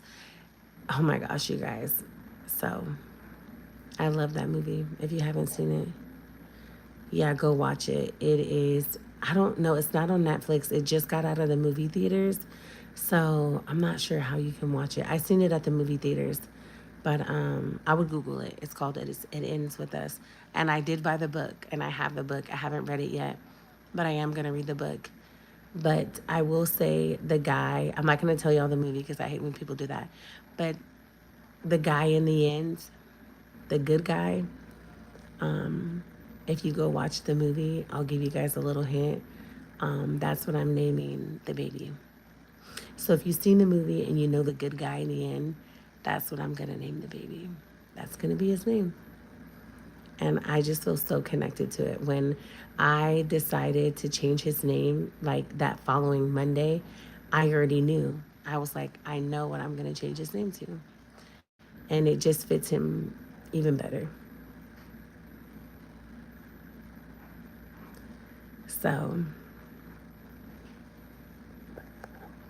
Yeah, it's someone with Blake Lively, as I think that's how you say it. Yeah, sounds like destiny. So, and Mark, I'm not ready to talk about that situation, and I'm sorry, but when I am, because I know I left you guys on a cliffhanger with that. When I am, we'll get there. A lot has happened. A lot. It's like, it's a lot. But I'm sorry, Mark. Yeah, it's really good. I promise you. Like, when I seen the preview, right, I didn't know that that's how the movie was going to turn out. And I will tell you, I boohoo cried from the middle all the way to the end of the movie. I must have cried like 3 times. And all the people I was sitting by, they were all crying too. So I didn't feel bad. I'm like, okay, we're all crying in this theater. So at least I feel better. You know what I mean? I'm not the only crybaby. So that was nice. I'm from South Africa. Don't forget to shout me out the info. Yes, I will Sunday. Take your time. I can't do tear jerkers. Right. Yeah, it was a lot, but it was really good. And it was really empowering for me because I don't know. It's just so funny. You ever see a movie and then your life just turns out like what? I don't know. It's amazing. Y'all gotta go see it. So it is 12 o'clock. I told you I was not going to be on here at 12 o'clock, but I feel like it was necessary. I didn't want to do another part to this because, like Sunday said, take your time, Jay. Thank you.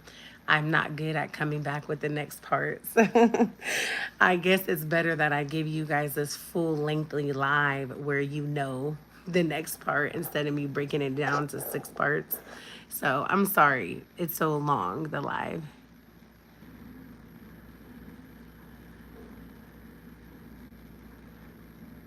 The theaters, this was a really good conversation. Helps not overthinking at night. We were here for it. We're here for you. Good night. Much love. Good night. Much love to you, love. So thank y'all for being here. Shout out to my mods. Shout out to the mods that I modded tonight. Welcome them. I forgot their name. One of them is my girl, T. Yes, shout out to the guy that was like weird calling me a big bag, but he sent me $4. Shout out to you. Um, I love you, Olivia. Shout out to my mods because when we first started this live, people were in here doing ridiculous stuff like crazy. You know what I mean? And the mods were on it. Okay, so shout out to the mods for really controlling the chat. Okay, yes, I really appreciate y'all. Period. Um, yeah. And then I do like, I know, I just feel like y'all been through a lot with me, right?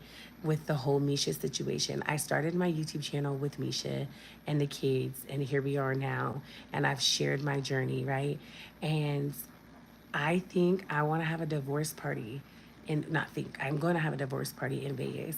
And when my divorce is final, like, I want to have a meet and greet with you guys. Like, the people that have sat on this live with me, I want to meet y'all. I want to hug y'all. So I want to announce it to you guys. So maybe we can all figure out how we can get there and have like a day together where we can all go out and like on some real like meetup, have a good time. I don't know how, but I think we can do it. And divorces take some time, so I'm gonna be able to lose some more weight, okay, not so much. And I don't know if any of you guys live in Vegas or whatever, but I think that would be really dope, okay? Um, and obviously, if you can't get to Vegas or you don't live in Vegas, we will go live and we'll make it on the live where you guys can come on the live and you guys can feel more a part of it because y'all been thugging it with me with my marriage, okay? So I think it would be really cool for y'all to be a part of that, a new chapter, a new beginning, and celebrating the garbage and taking it out. Whoever said that, invite me into the divorce party. I'll make the tacos. Okay, period. Yes, because I'll have a new baby, so I probably can't come. Yeah, so we'll have it where you guys, I forget, it's the StreamYard on live, so we'll do StreamYard for the divorce party. I think that'd be super cool. Garbage, yeah. You don't need, okay. I'm on the coast, but I couldn't make it happen in advance. And leaving it at the damn curb. Period. Invite me. Okay, yes, I'm gonna get cute and get cute often. That would be awesome. I just think that would be when are you coming to this? I love you too, Jade. Yeah, so I'll keep you guys updated. Like I said, I'm not dragging this situation. I'm not gonna give her this like I'm not gonna drag this. I'm not gonna keep talking about it, keep talking about things to her family. Like I'm done. I'm gonna drop one video, say what I gotta say, and after that, I will not bring it up unless some drama happens. So I want y'all to hold me accountable. I said I'm not gonna bring it up unless some drama happens. I will come here and let y'all know. And if not, all right. Y'all know my phone always dies. Yeah, you gotta start it over. Sis, you were not here for the whole thing? Oh my gosh. All right, I love y'all. My phone died, but I'm gonna go to bed. I'm tired. I got work in the morning. And yeah, y'all think I don't think so. Sunday, how are you? Still typing to each other. Can y'all see me? Can y'all hear me in the chat? Yep, my battery. I pray a of protection over you and your whole house and children. Thank you, Sunday. I will have a good night. Thank you to all my mods. Thank you to everybody in the chat, y'all. I love y'all, and I hope y'all get some good rest. And thank you for being here with me, y'all, and hearing me out and just holding space. I think sometimes people just, I want y'all to know I appreciate you guys. And I don't ever want to be mean to my subscribers, to my family, my community. I see you guys as my family. Y'all been through some things with me. And I want y'all to know I value you guys, even though I've never met you in person and we only know each other on the internet. Like, I consider y'all my sisters, okay? And I ain't got sisters like that. So you guys are my family. I love y'all. And be on the lookout for a live or a video tomorrow. And we'll see you guys later. Get your rest, okay? And I'll keep you posted, okay? I'm tired. I'm going to bed. Good night. Thank you for being here. And yes, Olivia, we are family. And we're only going to go up from here, period. Good night, guys. Love you. Oh, thanks, Jade. Sweet dreams, you guys.